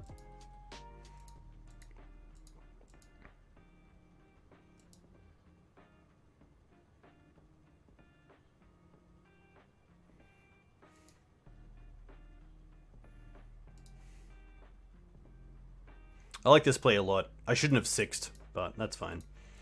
I think taking me off the third land is really relevant.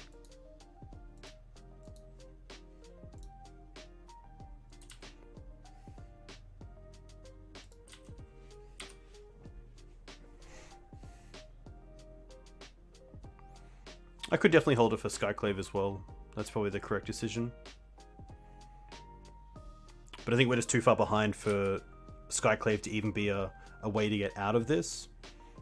Especially once the Sylvan Library's turned on.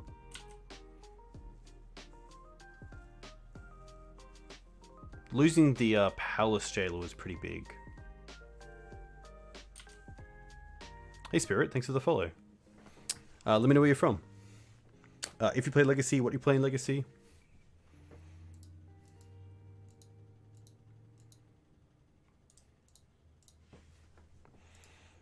Nice. Do I want to change things up? Seeing the Loam as well, I'm definitely considering Rest in Peace. Even as a one-off. Yeah, I think one rip is pretty nice.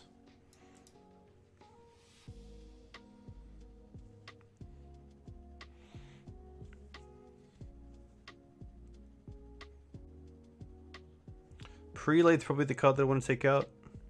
It could definitely be another Thalia. My other thought was something like Gideon on the play.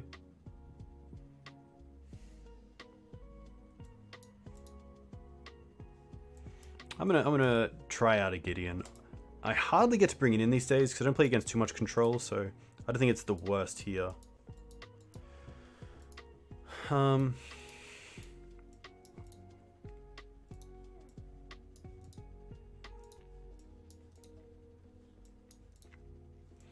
Isn't the worst hand, but I don't want my first play to be Rest in Peace. I also don't really want to cast Rest in Peace turn 2.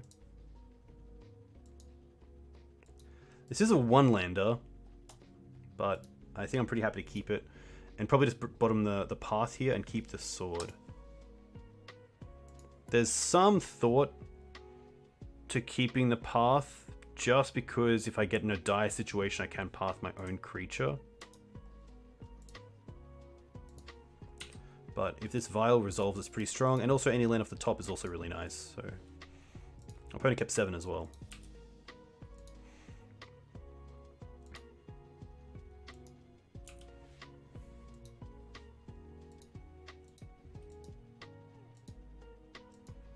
Trop Delver.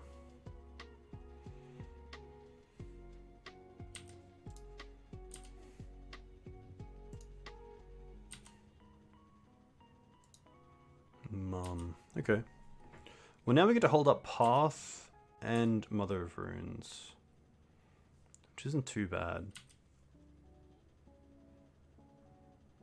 Reveal Force. Okay.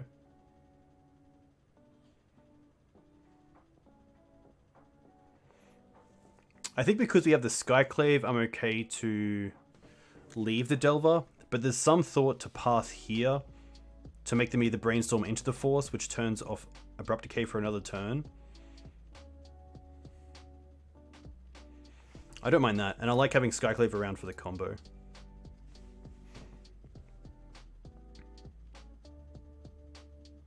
Okay.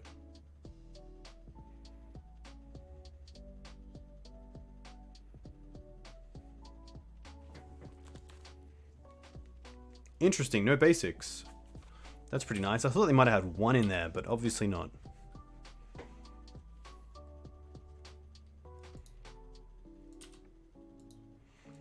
definitely feels like Abrupt Decay. Oh, blue? Okay, that's fine.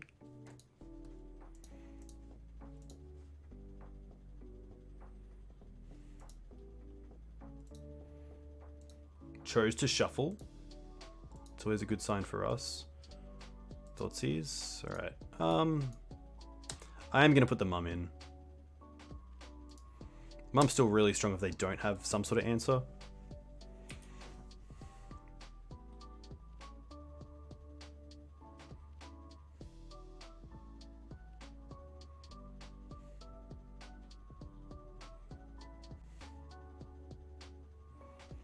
Makes sense. At least Stoneforge has a full playset in the deck, so we do have a pretty high chance of just drawing into one over the next few turns.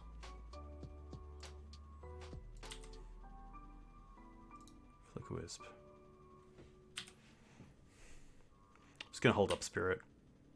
I don't want to play it out and just have it killed by a Plague Engineer, but at the same time, it does mean they're not naming human, which is pretty interesting.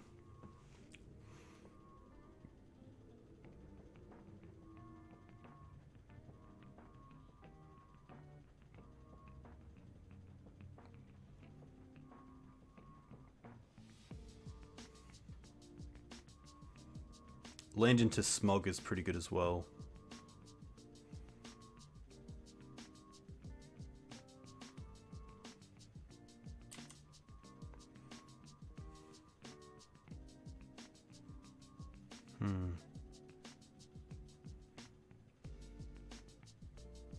Uro? That's fine. We get to stop it, thankfully, with the Spirit.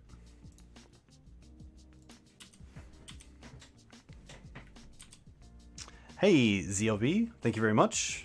That means a lot. Hope you're having a nice time. Hopefully you're doing okay in your area of the world. Obviously things are pretty tough at the moment for a lot of people, so very much appreciate that.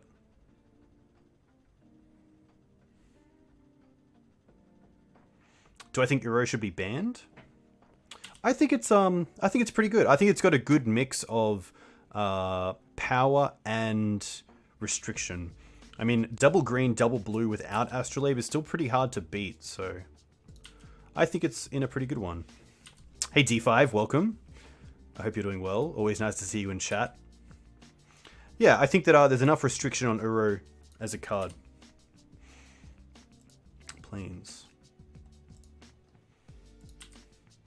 One interesting thing here is if my opponent blocks the Delver, they obviously don't have a great hand or a great hand of removal. So they're trying to maybe force the mum. But them keeping this makes me think they might have something else. Hey Rain, thanks for the follow. Let me know where you're from. If you play Legacy, what you play in Legacy. Ponder. That's gonna be okay. They're gonna Ponder just to scry. That makes me think they're in a pretty tough spot. You hate him?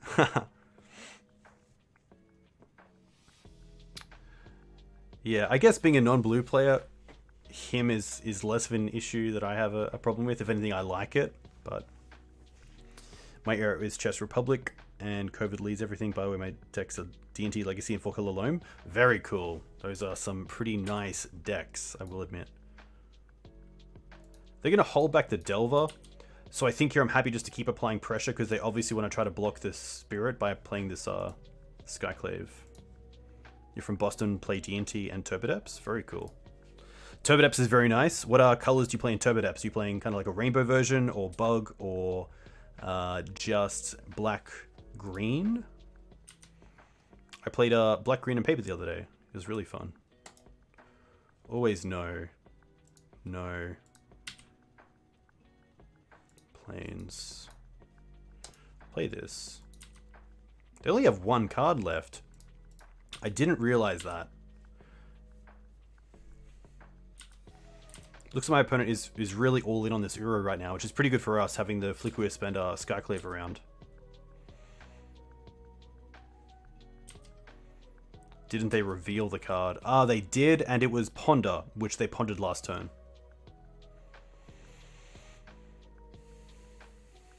So here's Uro.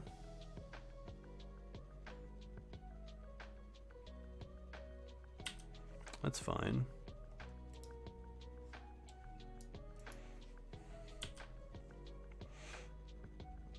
Black green. Yeah, I also like black green. Big fan.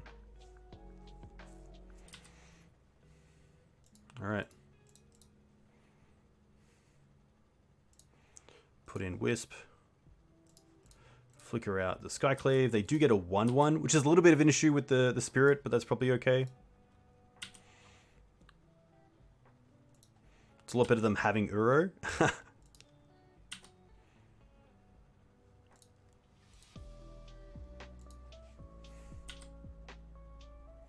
Nice. Yeah, I'm pretty happy to hold back Spirit. I think holding back Spirit and Mum is pretty nice here.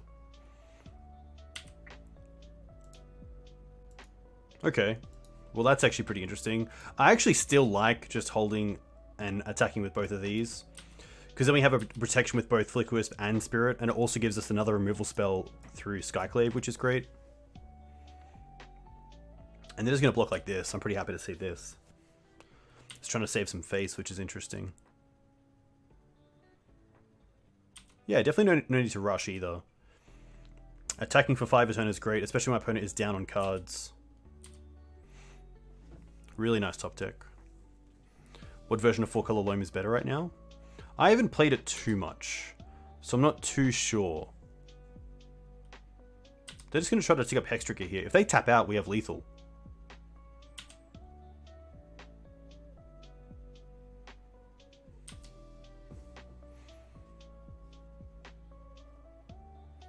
Alright, that's fine.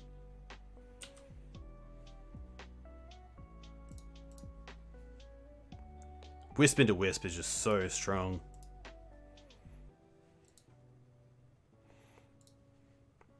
Happy to take out this, yeah. So much better here, because if I do try to reset the Skyclave to take it out, then they get a 3/3. But here we have 3, 6, 9, 10, 11, 12. Nice. Good start. Interesting. Interesting.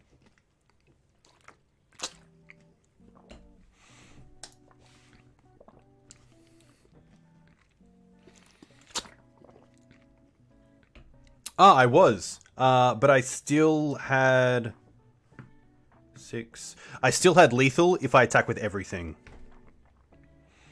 I could even, yeah, I could Wisp my Wisp. But because I could attack with everything, I'd have 6 in the air with double Wisp. Oh, maybe not. Is it better to sell or open treasure chest boosters? It matters who you ask. I usually keep mine and wait till they go up. If there's like a new set and there's a chase card. Like I think a good example is when Allosaurus Shepherd came out. That's a good one. But yeah, even Wisp my Wisp, that's also good. I was just taking a shortcut because I didn't take into consideration that it comes back in end step, but I definitely should have.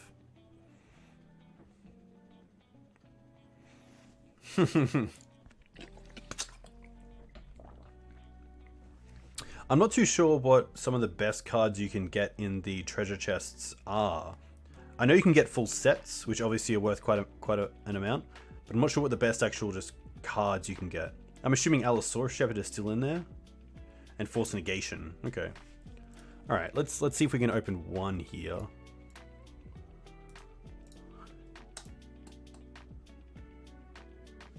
Okay. Well, it wasn't either, so.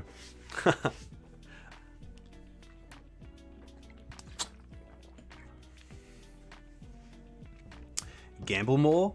I'm playing Mono White in Legacy. Come on, Jack. It's enough gambling for me right now. One more. Okay, one more for the chat. There we go. Boom. Hex Parasite. Nice. 15 play points. Perfect.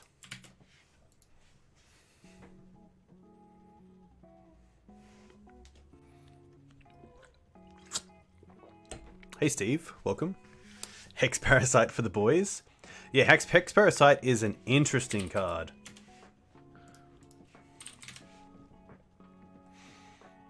Hex Parasite.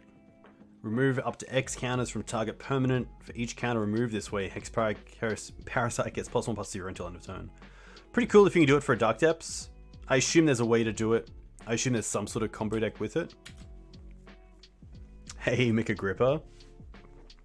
I think Serra Avenger is a pretty easy cut for some players, but I'm a pretty big fan of it. She's been doing a lot in the games where it's been pretty good. Decks like Delver, she's pretty strong. She was really strong in our first league. You can find that on YouTube against Punishing Eldrazi. She was really good. Interesting hand. Not too sure what my opponent's on.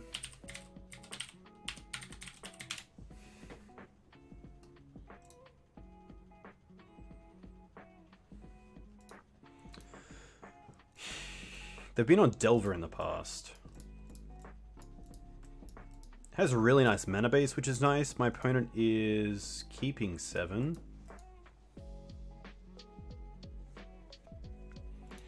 I think this is an okay hand.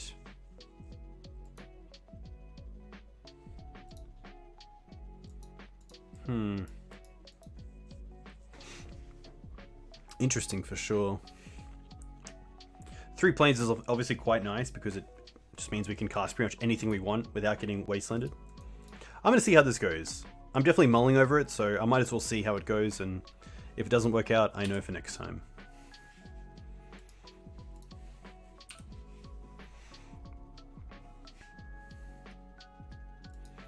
Drop.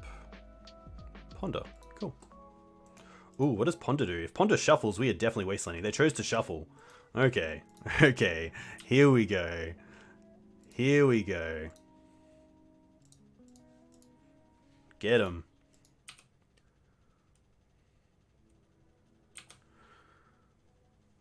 Wasteland? I would love to see a wasteland. Oh, yes. Nice. Always wasteland the Ponder shuffle.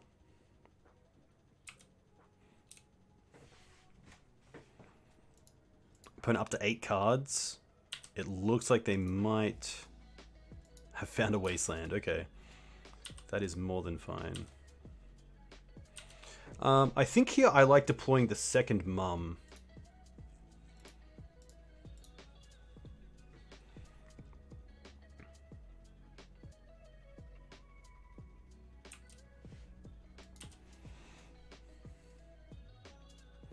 That wasteland might have just stolen this game. Definitely not over if they do find a land in the next couple of turns. Double wasteland, okay. Still not great.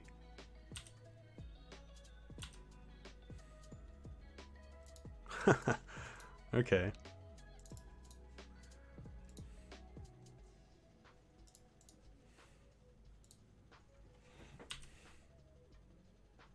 I could attack. I don't want to be blown out by Forkbolt.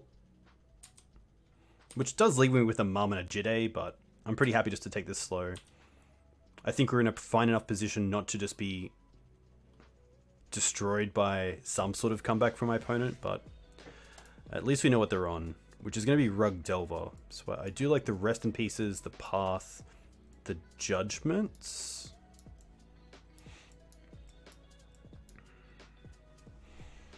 I don't like the Revoker. You don't like the Rips? I could definitely see the Rips as a maybe.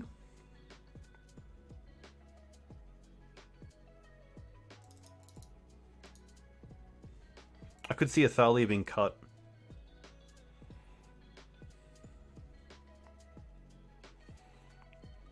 Yeah, Rips are good, but it probably just is overkill. I don't want to be, you know, drawing both my Rips and then having actual no pressure as well.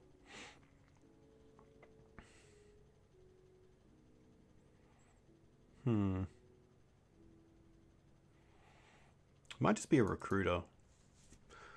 Recruiter's tough. You'd never cut a Thalia? Thalia's a little bit met on the draw when I'm playing the bringing in more non-creature hate.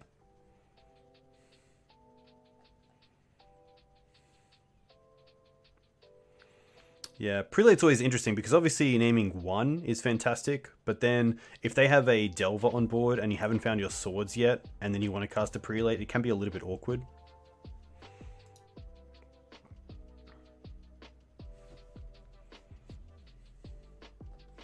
I'm just going to bring in the one judgment. I think just 2 extra removal spells are fine.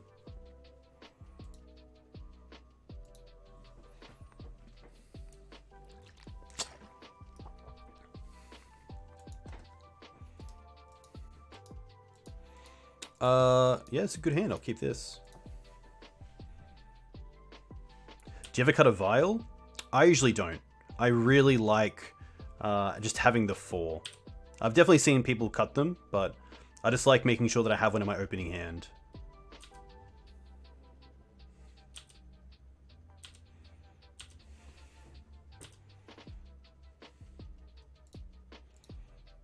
Flagstones. Okay.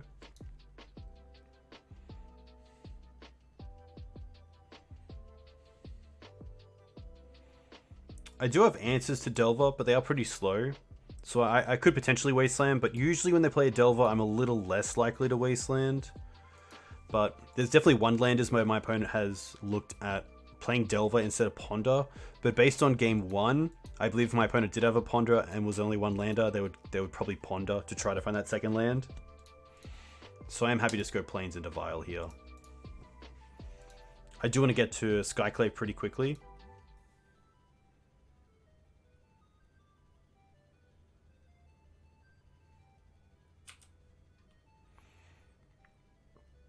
Postboard, I would probably either look at Ancient Grudge or Return to Nature or a Braid as outs for Vial.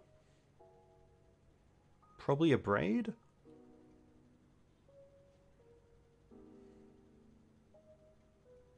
Okay. That's fine.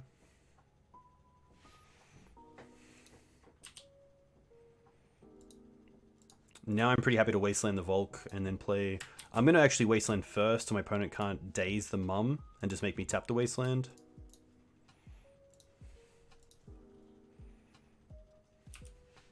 And then if they attack with the Delver, I'm potentially pretty happy to trade with them. It flips. Okay.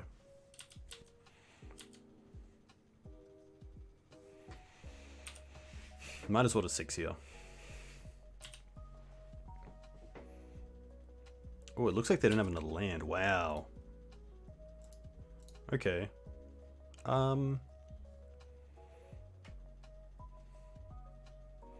Flagstones pass.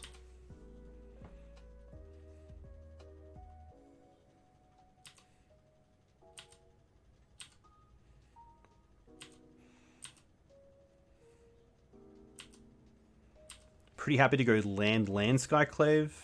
I guess if they don't, yeah, they played a second Wasteland. So actually here, I don't mind playing Skyclave because it doesn't play, I don't have to play around days, which is really nice. And then CJ just has a little bit more flexibility, so unless we draw like Flicker Wisp, yeah, I'm pretty happy just to play Skyclave here. Can only assume my opponent has a force, probably pitching days makes sense.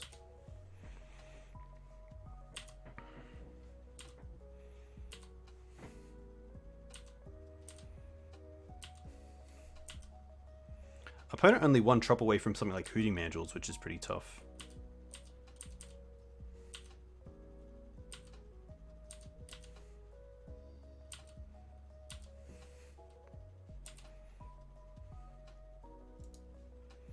Another Skyclave is quite strong. I don't mind Skyclave here because Council Judgment's really good against Hooting Mandrills. Nice.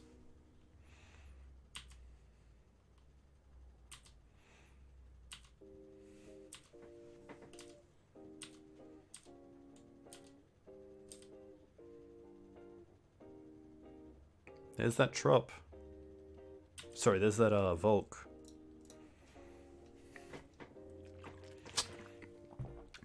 Chose to not shuffle. Okay. Wasteland would be pretty sweet. Plains is okay. I do get to play Port to force my opponent to play Wasteland or use a Wasteland, which is kind of nice. Just to keep them off as many pieces of mana as possible. They allow me to untap. That's really interesting. I thought they would have Wastelanded me in my turn.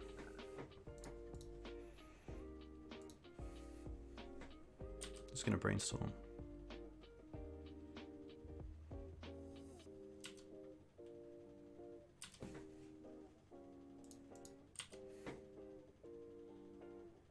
Fetch land. Alright. Now they have a green source. Goyf's fine.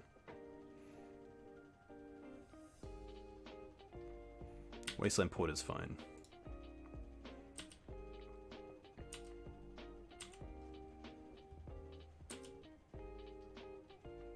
Recruit is pretty good.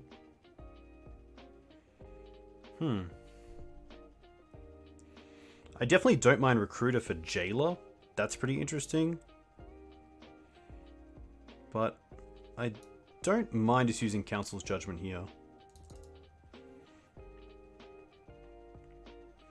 Could also Recruiter for Wisp.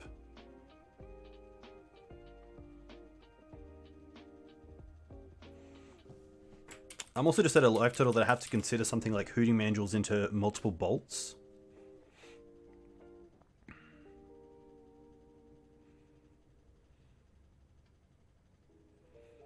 Like, if I play Recruiter here, am I attacking with a creature? Recruiter for Stoneforge Mystic? Playing into Daze? They've already pitched one Daze.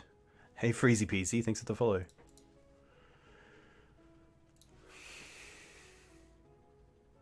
They haven't had too much Daze chance. I'll give them that. They pretty much had Wastelands while they could Daze, and then we got to a position where they just couldn't Daze. I believe they exiled, yeah, one to a Force.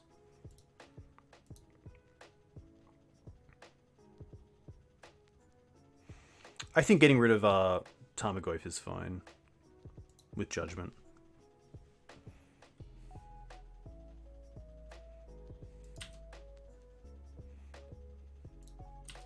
What do we have for targets? As Jack was saying, Stoneforge Mystic is pretty strong. We also have another Skyclave Apparition. We have Flicker Wisp. We have Palace Jailer. So a pretty nice amount. A lot of choice, which is great. Flicker Wisp also pretty nice because it gives us a really good out to... Clothis is pretty strong. I will admit that. We do have Recruiter for Skyclave.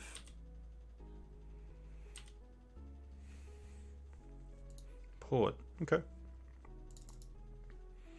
I think I'm happy to Recruiter for Flicker Wisp to then flicker the Skyclave.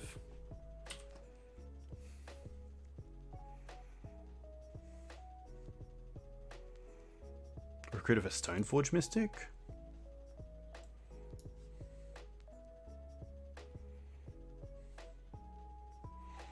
I kind of like Wisp because it also just kills them. Stoneforge plays around Daze. I wasn't going to cast the spell this turn. That's the thing.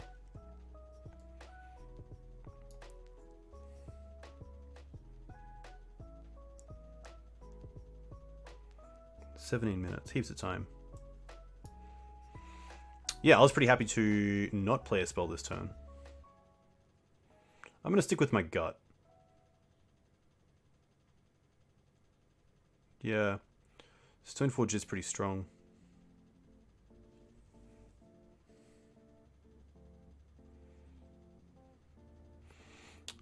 Okay. I think because I would go for Flicker Wisp, I'm pretty happy to go for Stoneforge and see how it actually turns out. So let's go Karakas into Stoneforge for Batterskull, which is pretty nice because it means I can pretty much always hold up return as well.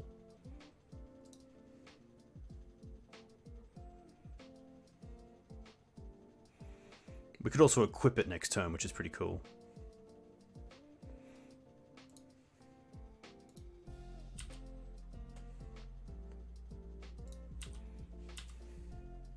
But yeah, maybe there's a world where I can just not care about the Clothis. I'm just a little bit worried about a Braid. or Clothis being enough to put us in bolt range.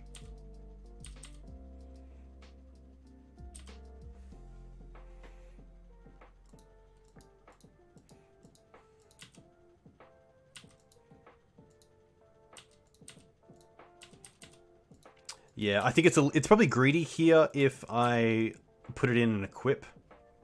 Especially seeing they have three mana up. Wasteland.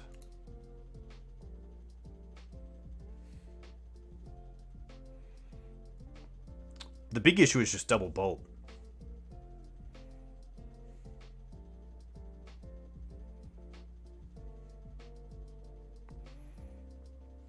One, two, three, yeah.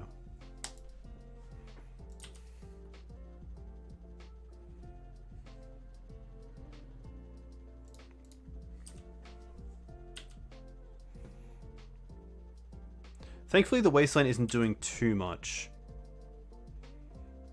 for me because I already have enough mana.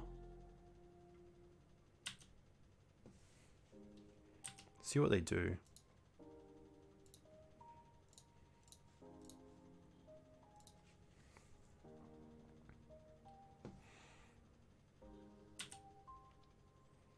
Yeah, it might just be double bolt me.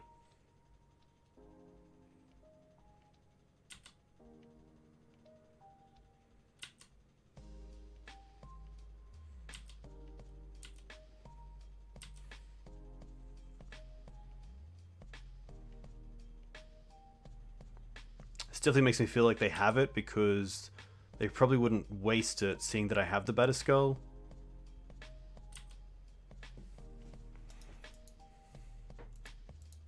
Interesting. Goyf is okay. They have one card left. Okay.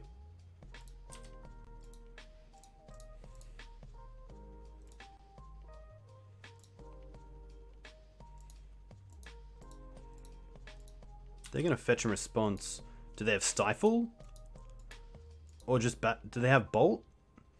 Stifle's fine because we can just equip.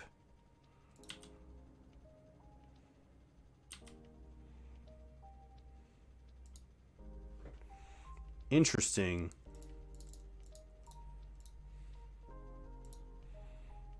Equip to Skyclave.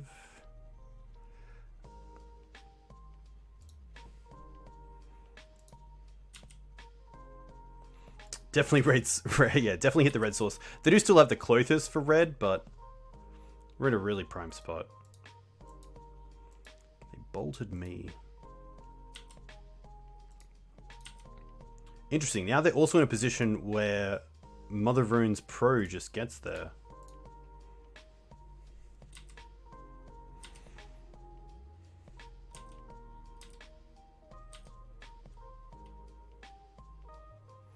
Yeah. I definitely respect Clothis, but it's nice to see how other lines can work out. Because Stoneforge definitely closes the game a bit quicker. It's tough because they're gaining 2 life. So if you're attacking with the Flicker Wisp and you've exiled it, then you're dealing 3, but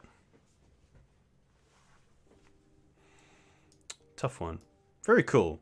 A lot of different lines, which is nice.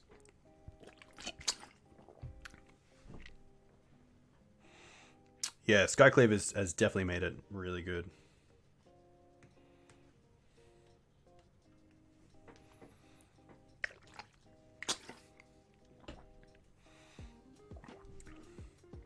Haha, Spirit. Only a 4-0 so far.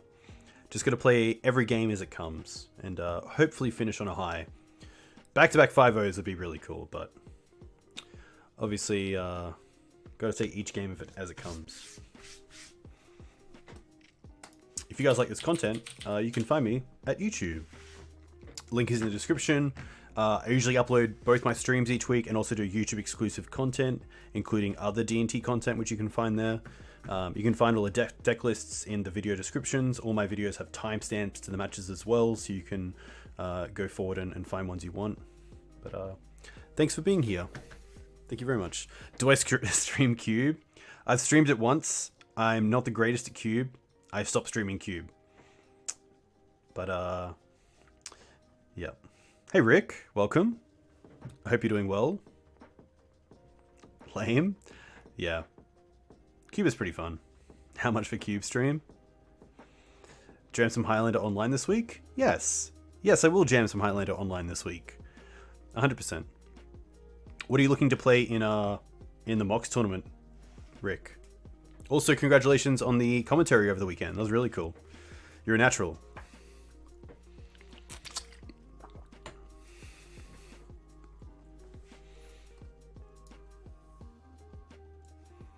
I think I'll be looking to play something similar to this, which is a pretty fair bug deck that has just some really good cards like Uro, Opposition Agent, Leovold, of course. You get to play Oko, which is nice. Some cool cards. You can DM me your rug list. Looks like I'll be happy to play it for one of the games. Up against Code Provider. Okay. Hey Nick, thanks for the follow. Let me know where you're from. If you play Legacy, what you play in Legacy. List looks sweet. Yeah, you can find it on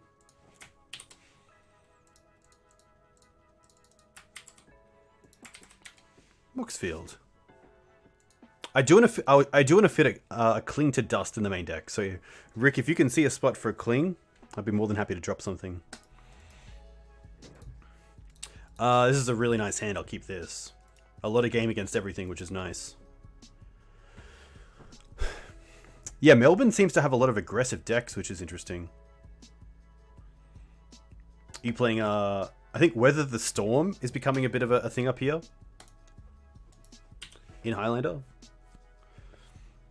Island. Okay. Island Pass. Well, it's definitely going to be Vile.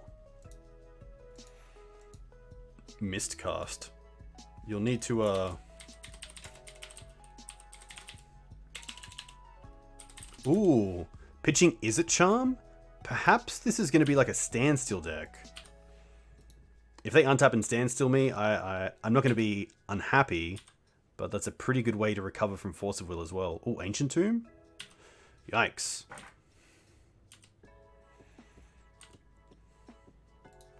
I think I still just like Thalia here. Not playing around days. They're getting Hull Breacher in response. Okay. Didn't think about Hull Breacher. Please don't wheel me.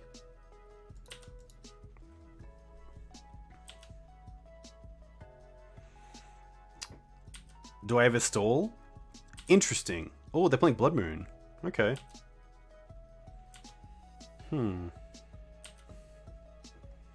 Flagstones. Hey, Knight Rider.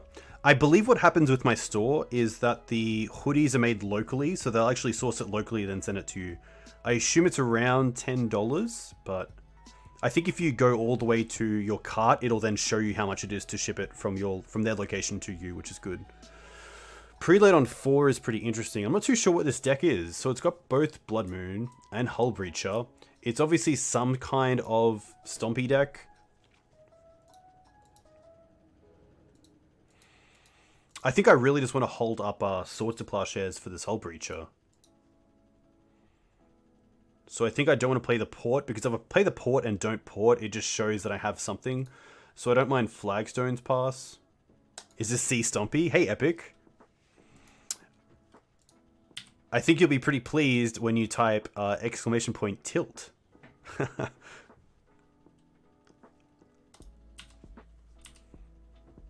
There we go. Yeah, it kind of looks like an Urza Khan deck, but it's currently not.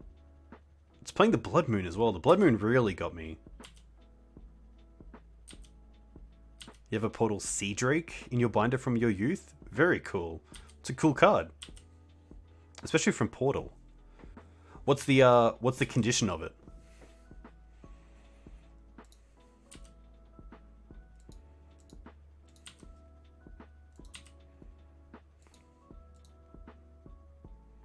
Four mana. Days Undoing. Okay, this is fine. They've already tapped out for it as well. So they can't even counter this, which is fantastic.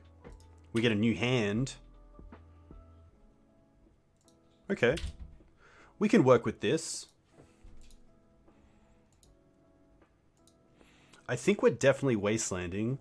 Wasteland Stoneforge Mum is pretty good. I think that's better than anything else.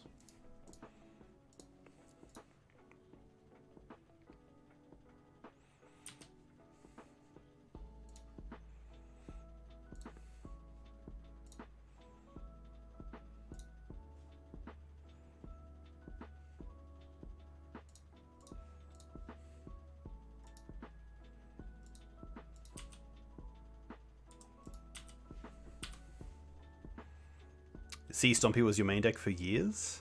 Nice. Sea Stompy, obviously a pretty big competitive deck in Legacy a few years back for a small section of time. Really just an under the radar kind of deck, which, you know, being a Sea Stompy deck makes sense.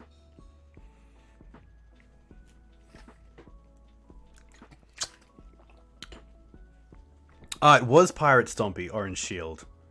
Nice. You got me there.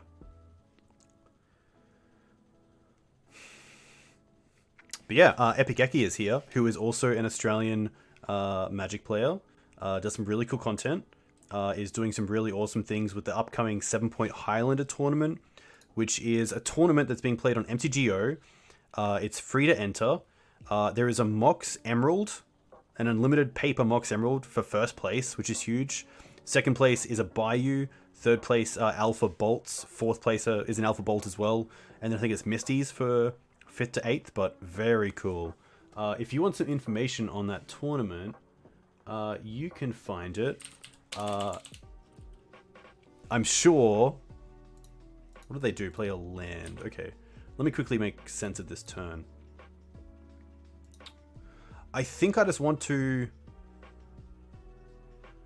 I could hold up Sword here, and then hold up Batterskull. I don't mind that. Just in case they do have another Hull Breacher.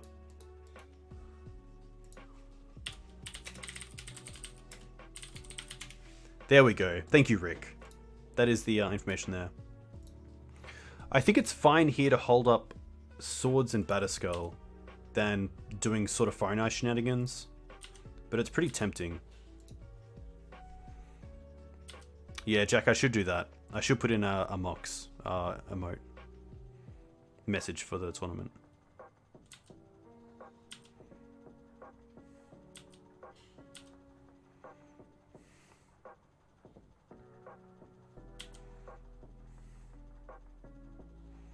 Jack, that's only a mod command. But you know what?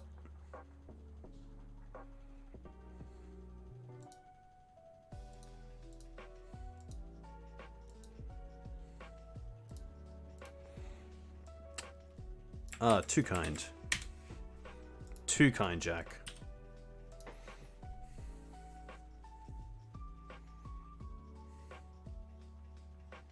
Okay. Chandra. Chandra is going to be more than fine here. Doesn't really do anything, which is great for us. It can tick up for mana. Dax on top. Okay. At least it's giving us more information, which is solid. We also just have lethal. 4, 5, 6, 7, 8, 9, 10, 11. Yeah, cool.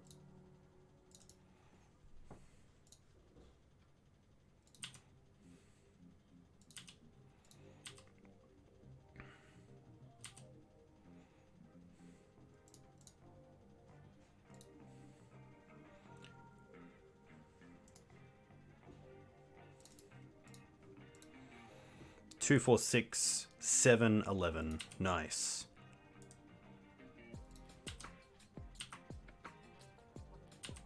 Oof. That's a good feeling.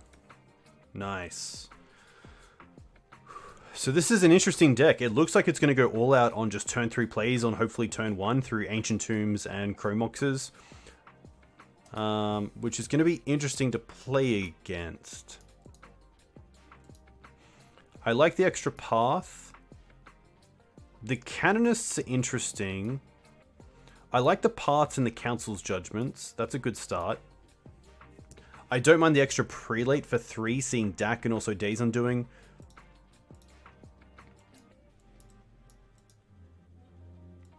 Trap? Oof, here we go. What don't I want in this matchup?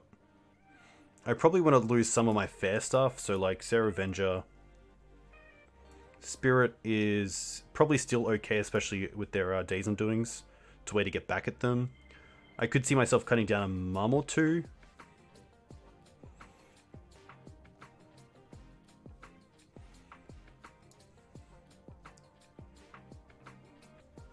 Leyline would be sweet.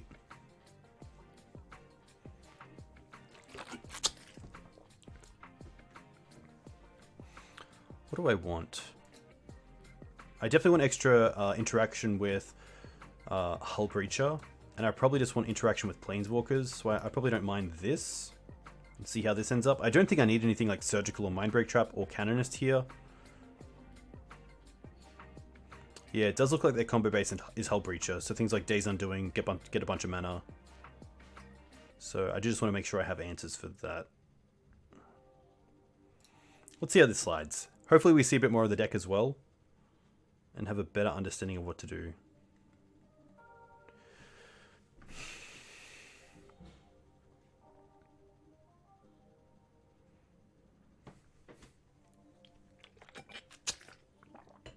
Interesting deck, though. Very cool to see.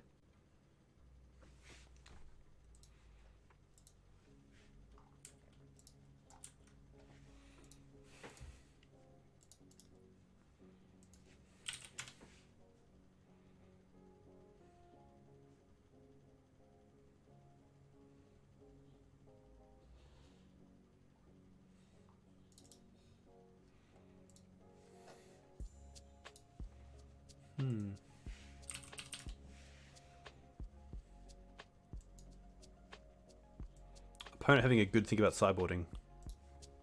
There we go. All right.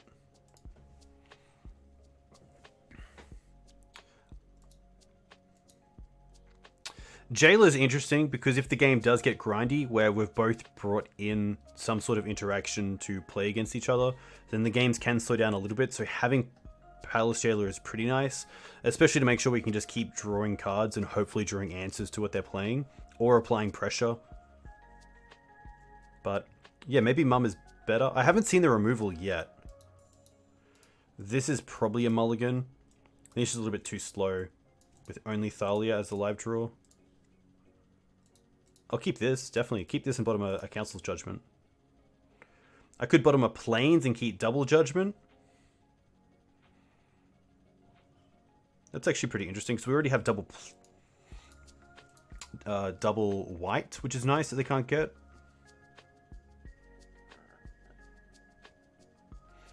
Yeah, I think my chances of drawing into a land are pretty high on the next 3 turns, so I think dropping a land here is fine. And keeping the second Judgment.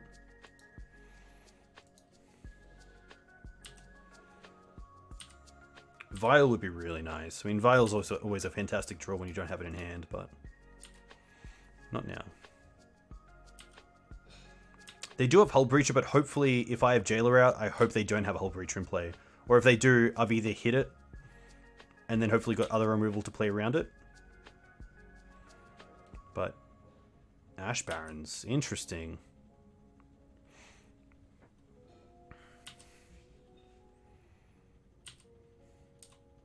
This is tough as well if they go like Ancient Tomb Pass or like Land Chromox Pass. Chalice for 1 is okay. We do have the double Council Judgment for that, which is nice.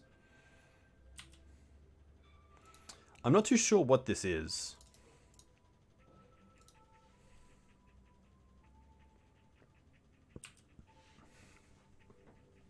Yeah, Chalice is very interesting.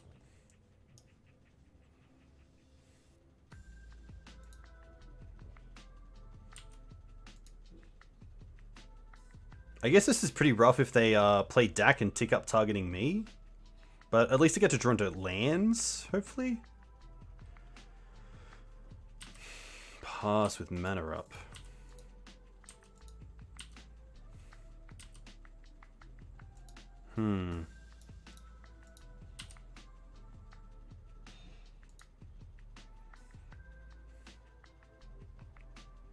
I don't think I want to attack here. Just in case they have a creature that isn't Hull Breacher. I do want to be applying pressure though, that's the big thing.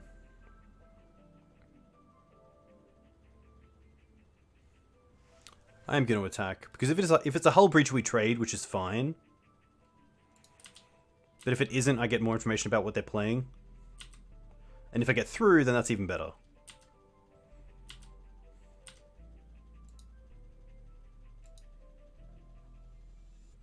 Staticaster. Yuck.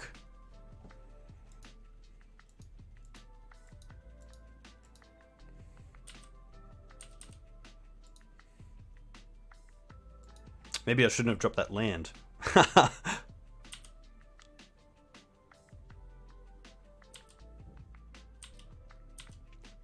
I'm gonna call this blue-red Stompy.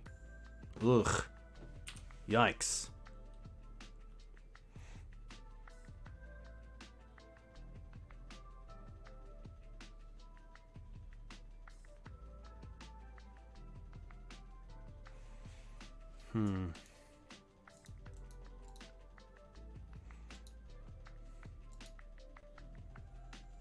Soul Breacher.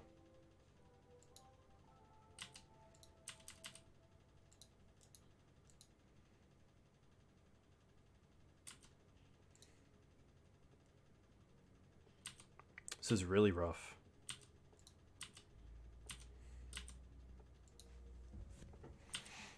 Come on, land.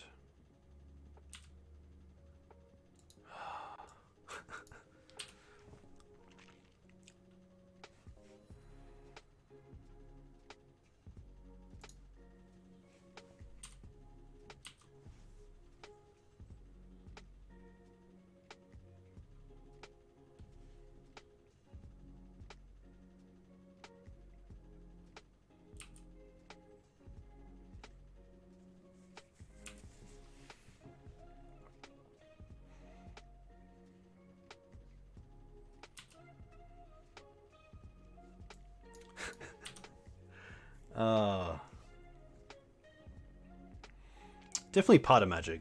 So you got to take the good with the bad.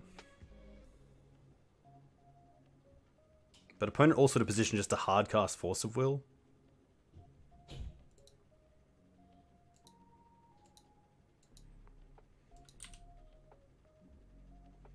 Okay. Well, that's something.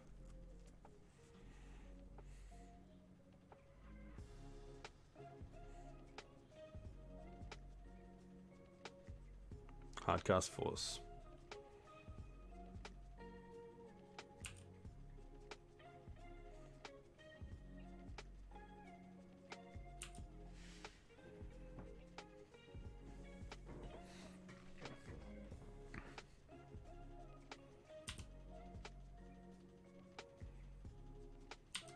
We can get back in this.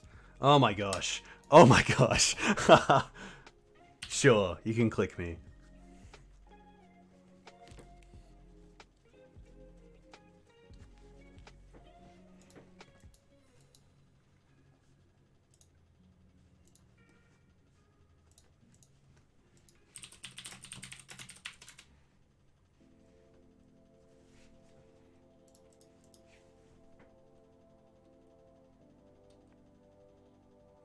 I guess we are just dead.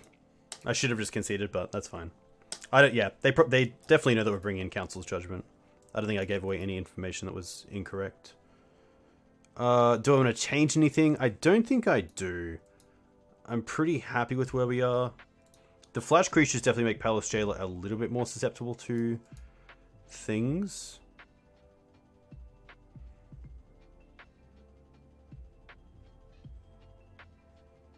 But I do like it as just a target. I'm just going to run this back.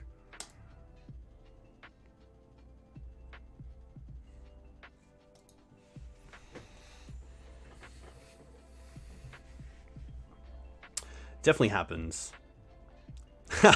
Dropping the third land was definitely not what I want to do if I know how that game plays out.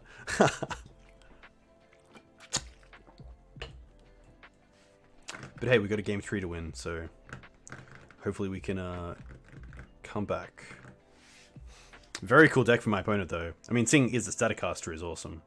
Very cool deck. As a Blue Moon player, I very much love it. Yeah, this is why we love and hate the game. You can definitely, you got to take it both ways. You can't just have all the luxuries of good draws and good matchups. Do I ever board out planes? I don't usually. If it's blue-white, I might take out some amount of wastelands because they are pretty ineffective. But it depends on how I board as well, because if I'm boarding in things like Cataclysm and Gideon, I probably just want the extra lands to make sure I can hit those spells. But I could definitely see a cut in some way on the mana base against some blue-white base control decks.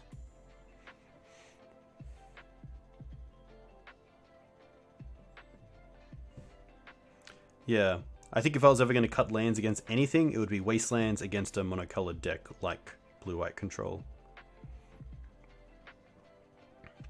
But again, like as you saw there, that's definitely not a one-off. You can definitely be playing D&T with 23 or 24 lands and just, not hit what you need to.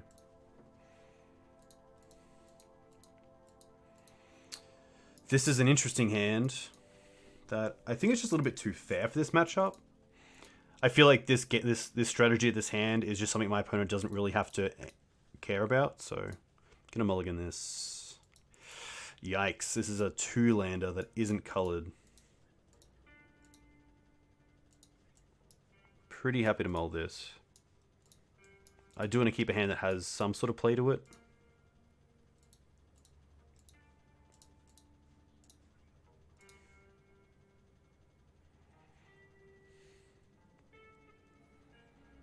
Those bottom flagstones.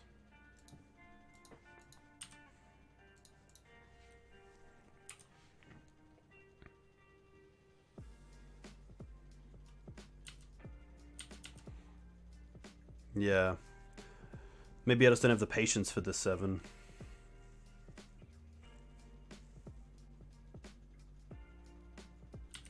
Interesting.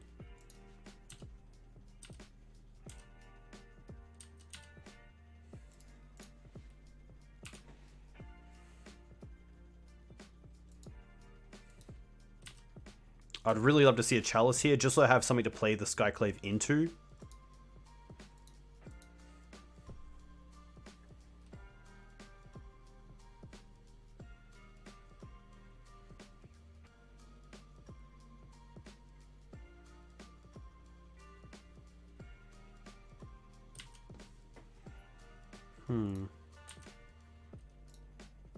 Okay.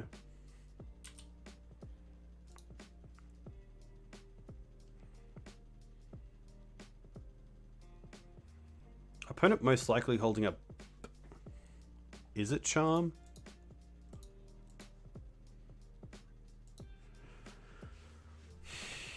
I'm going to wait one more turn. I could deploy the Flicker Wisp here, Flicker of Plains, and then hold up Swords to Plowshares, but I like just giving it one more turn.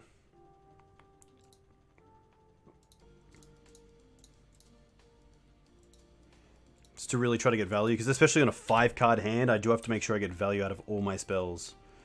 I don't really want to play a Skyclave just as a 2-2. Or a Flicker Wisp as a 1-3. Ancient Tomb. Okay.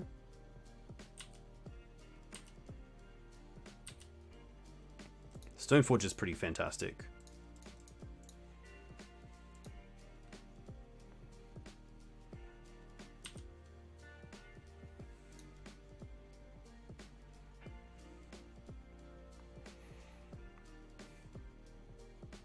I don't mind Batterskull. Especially seeing her at 5, when really at 5 lands anyway. And it means if we don't draw a land next turn, I can just hold up Port and Flicker Wisp. Oh, Port and Batterskull, sorry. Yeah. Gonna go after the blue source here. Hull Breach is fine.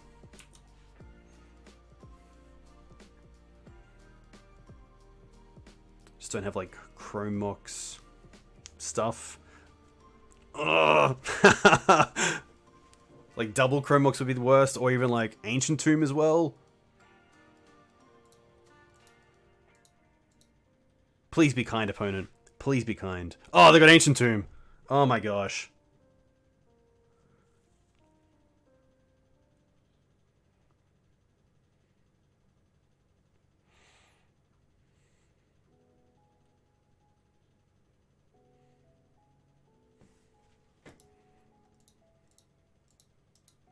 No.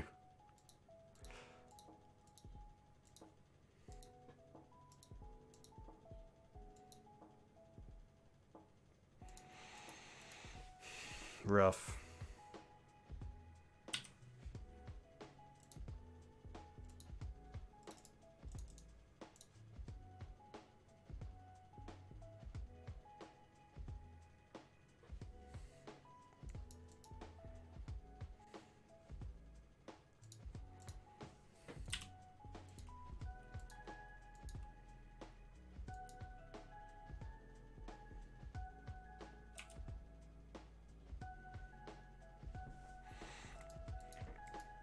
Rough. Yeah, I mean, you just gotta be happy about how they must feel to have that go off. I'll get sort of far and ice.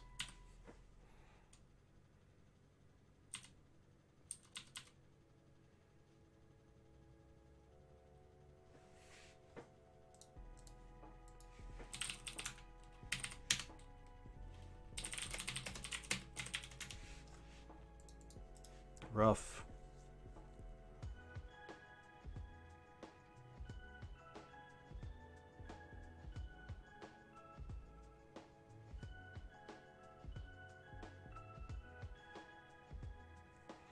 How is Zoo in 7 point? I think it's pretty strong. You got to have some sort of hate for the combo decks, but having a good clock in Highland can be pretty good, especially when it's consistent.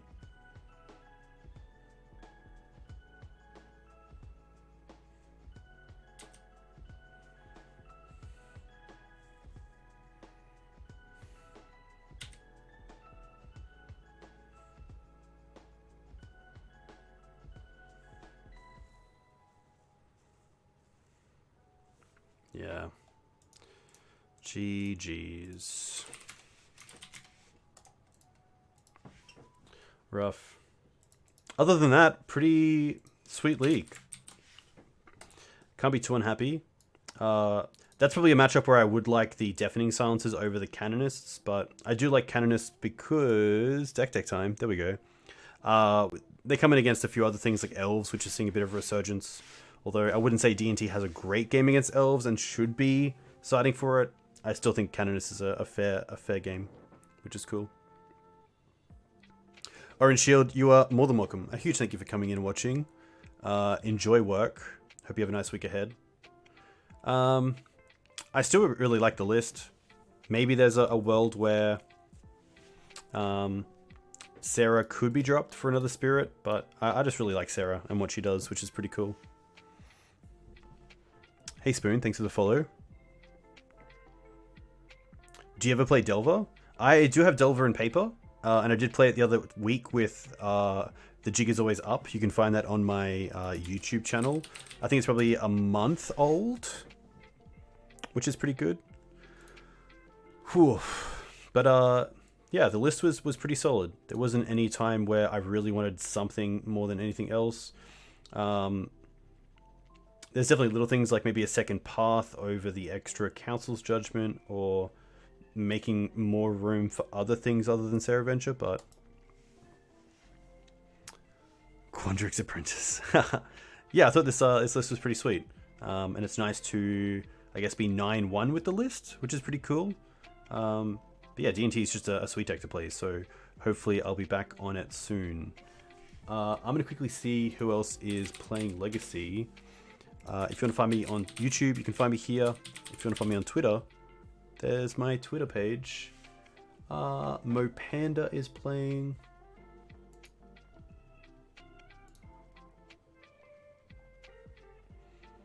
Mopanda's playing. Nice. Thanks, 1230. A huge thank you. A huge thank you to everyone who came in and watched. It is very cool playing in front of you guys. Hopefully I did okay. Sometimes it's a bit tough trying to jumble chat with playing MTGO and streaming, but it's always good fun. So yeah, a huge thank you once again for the follows and the new subs.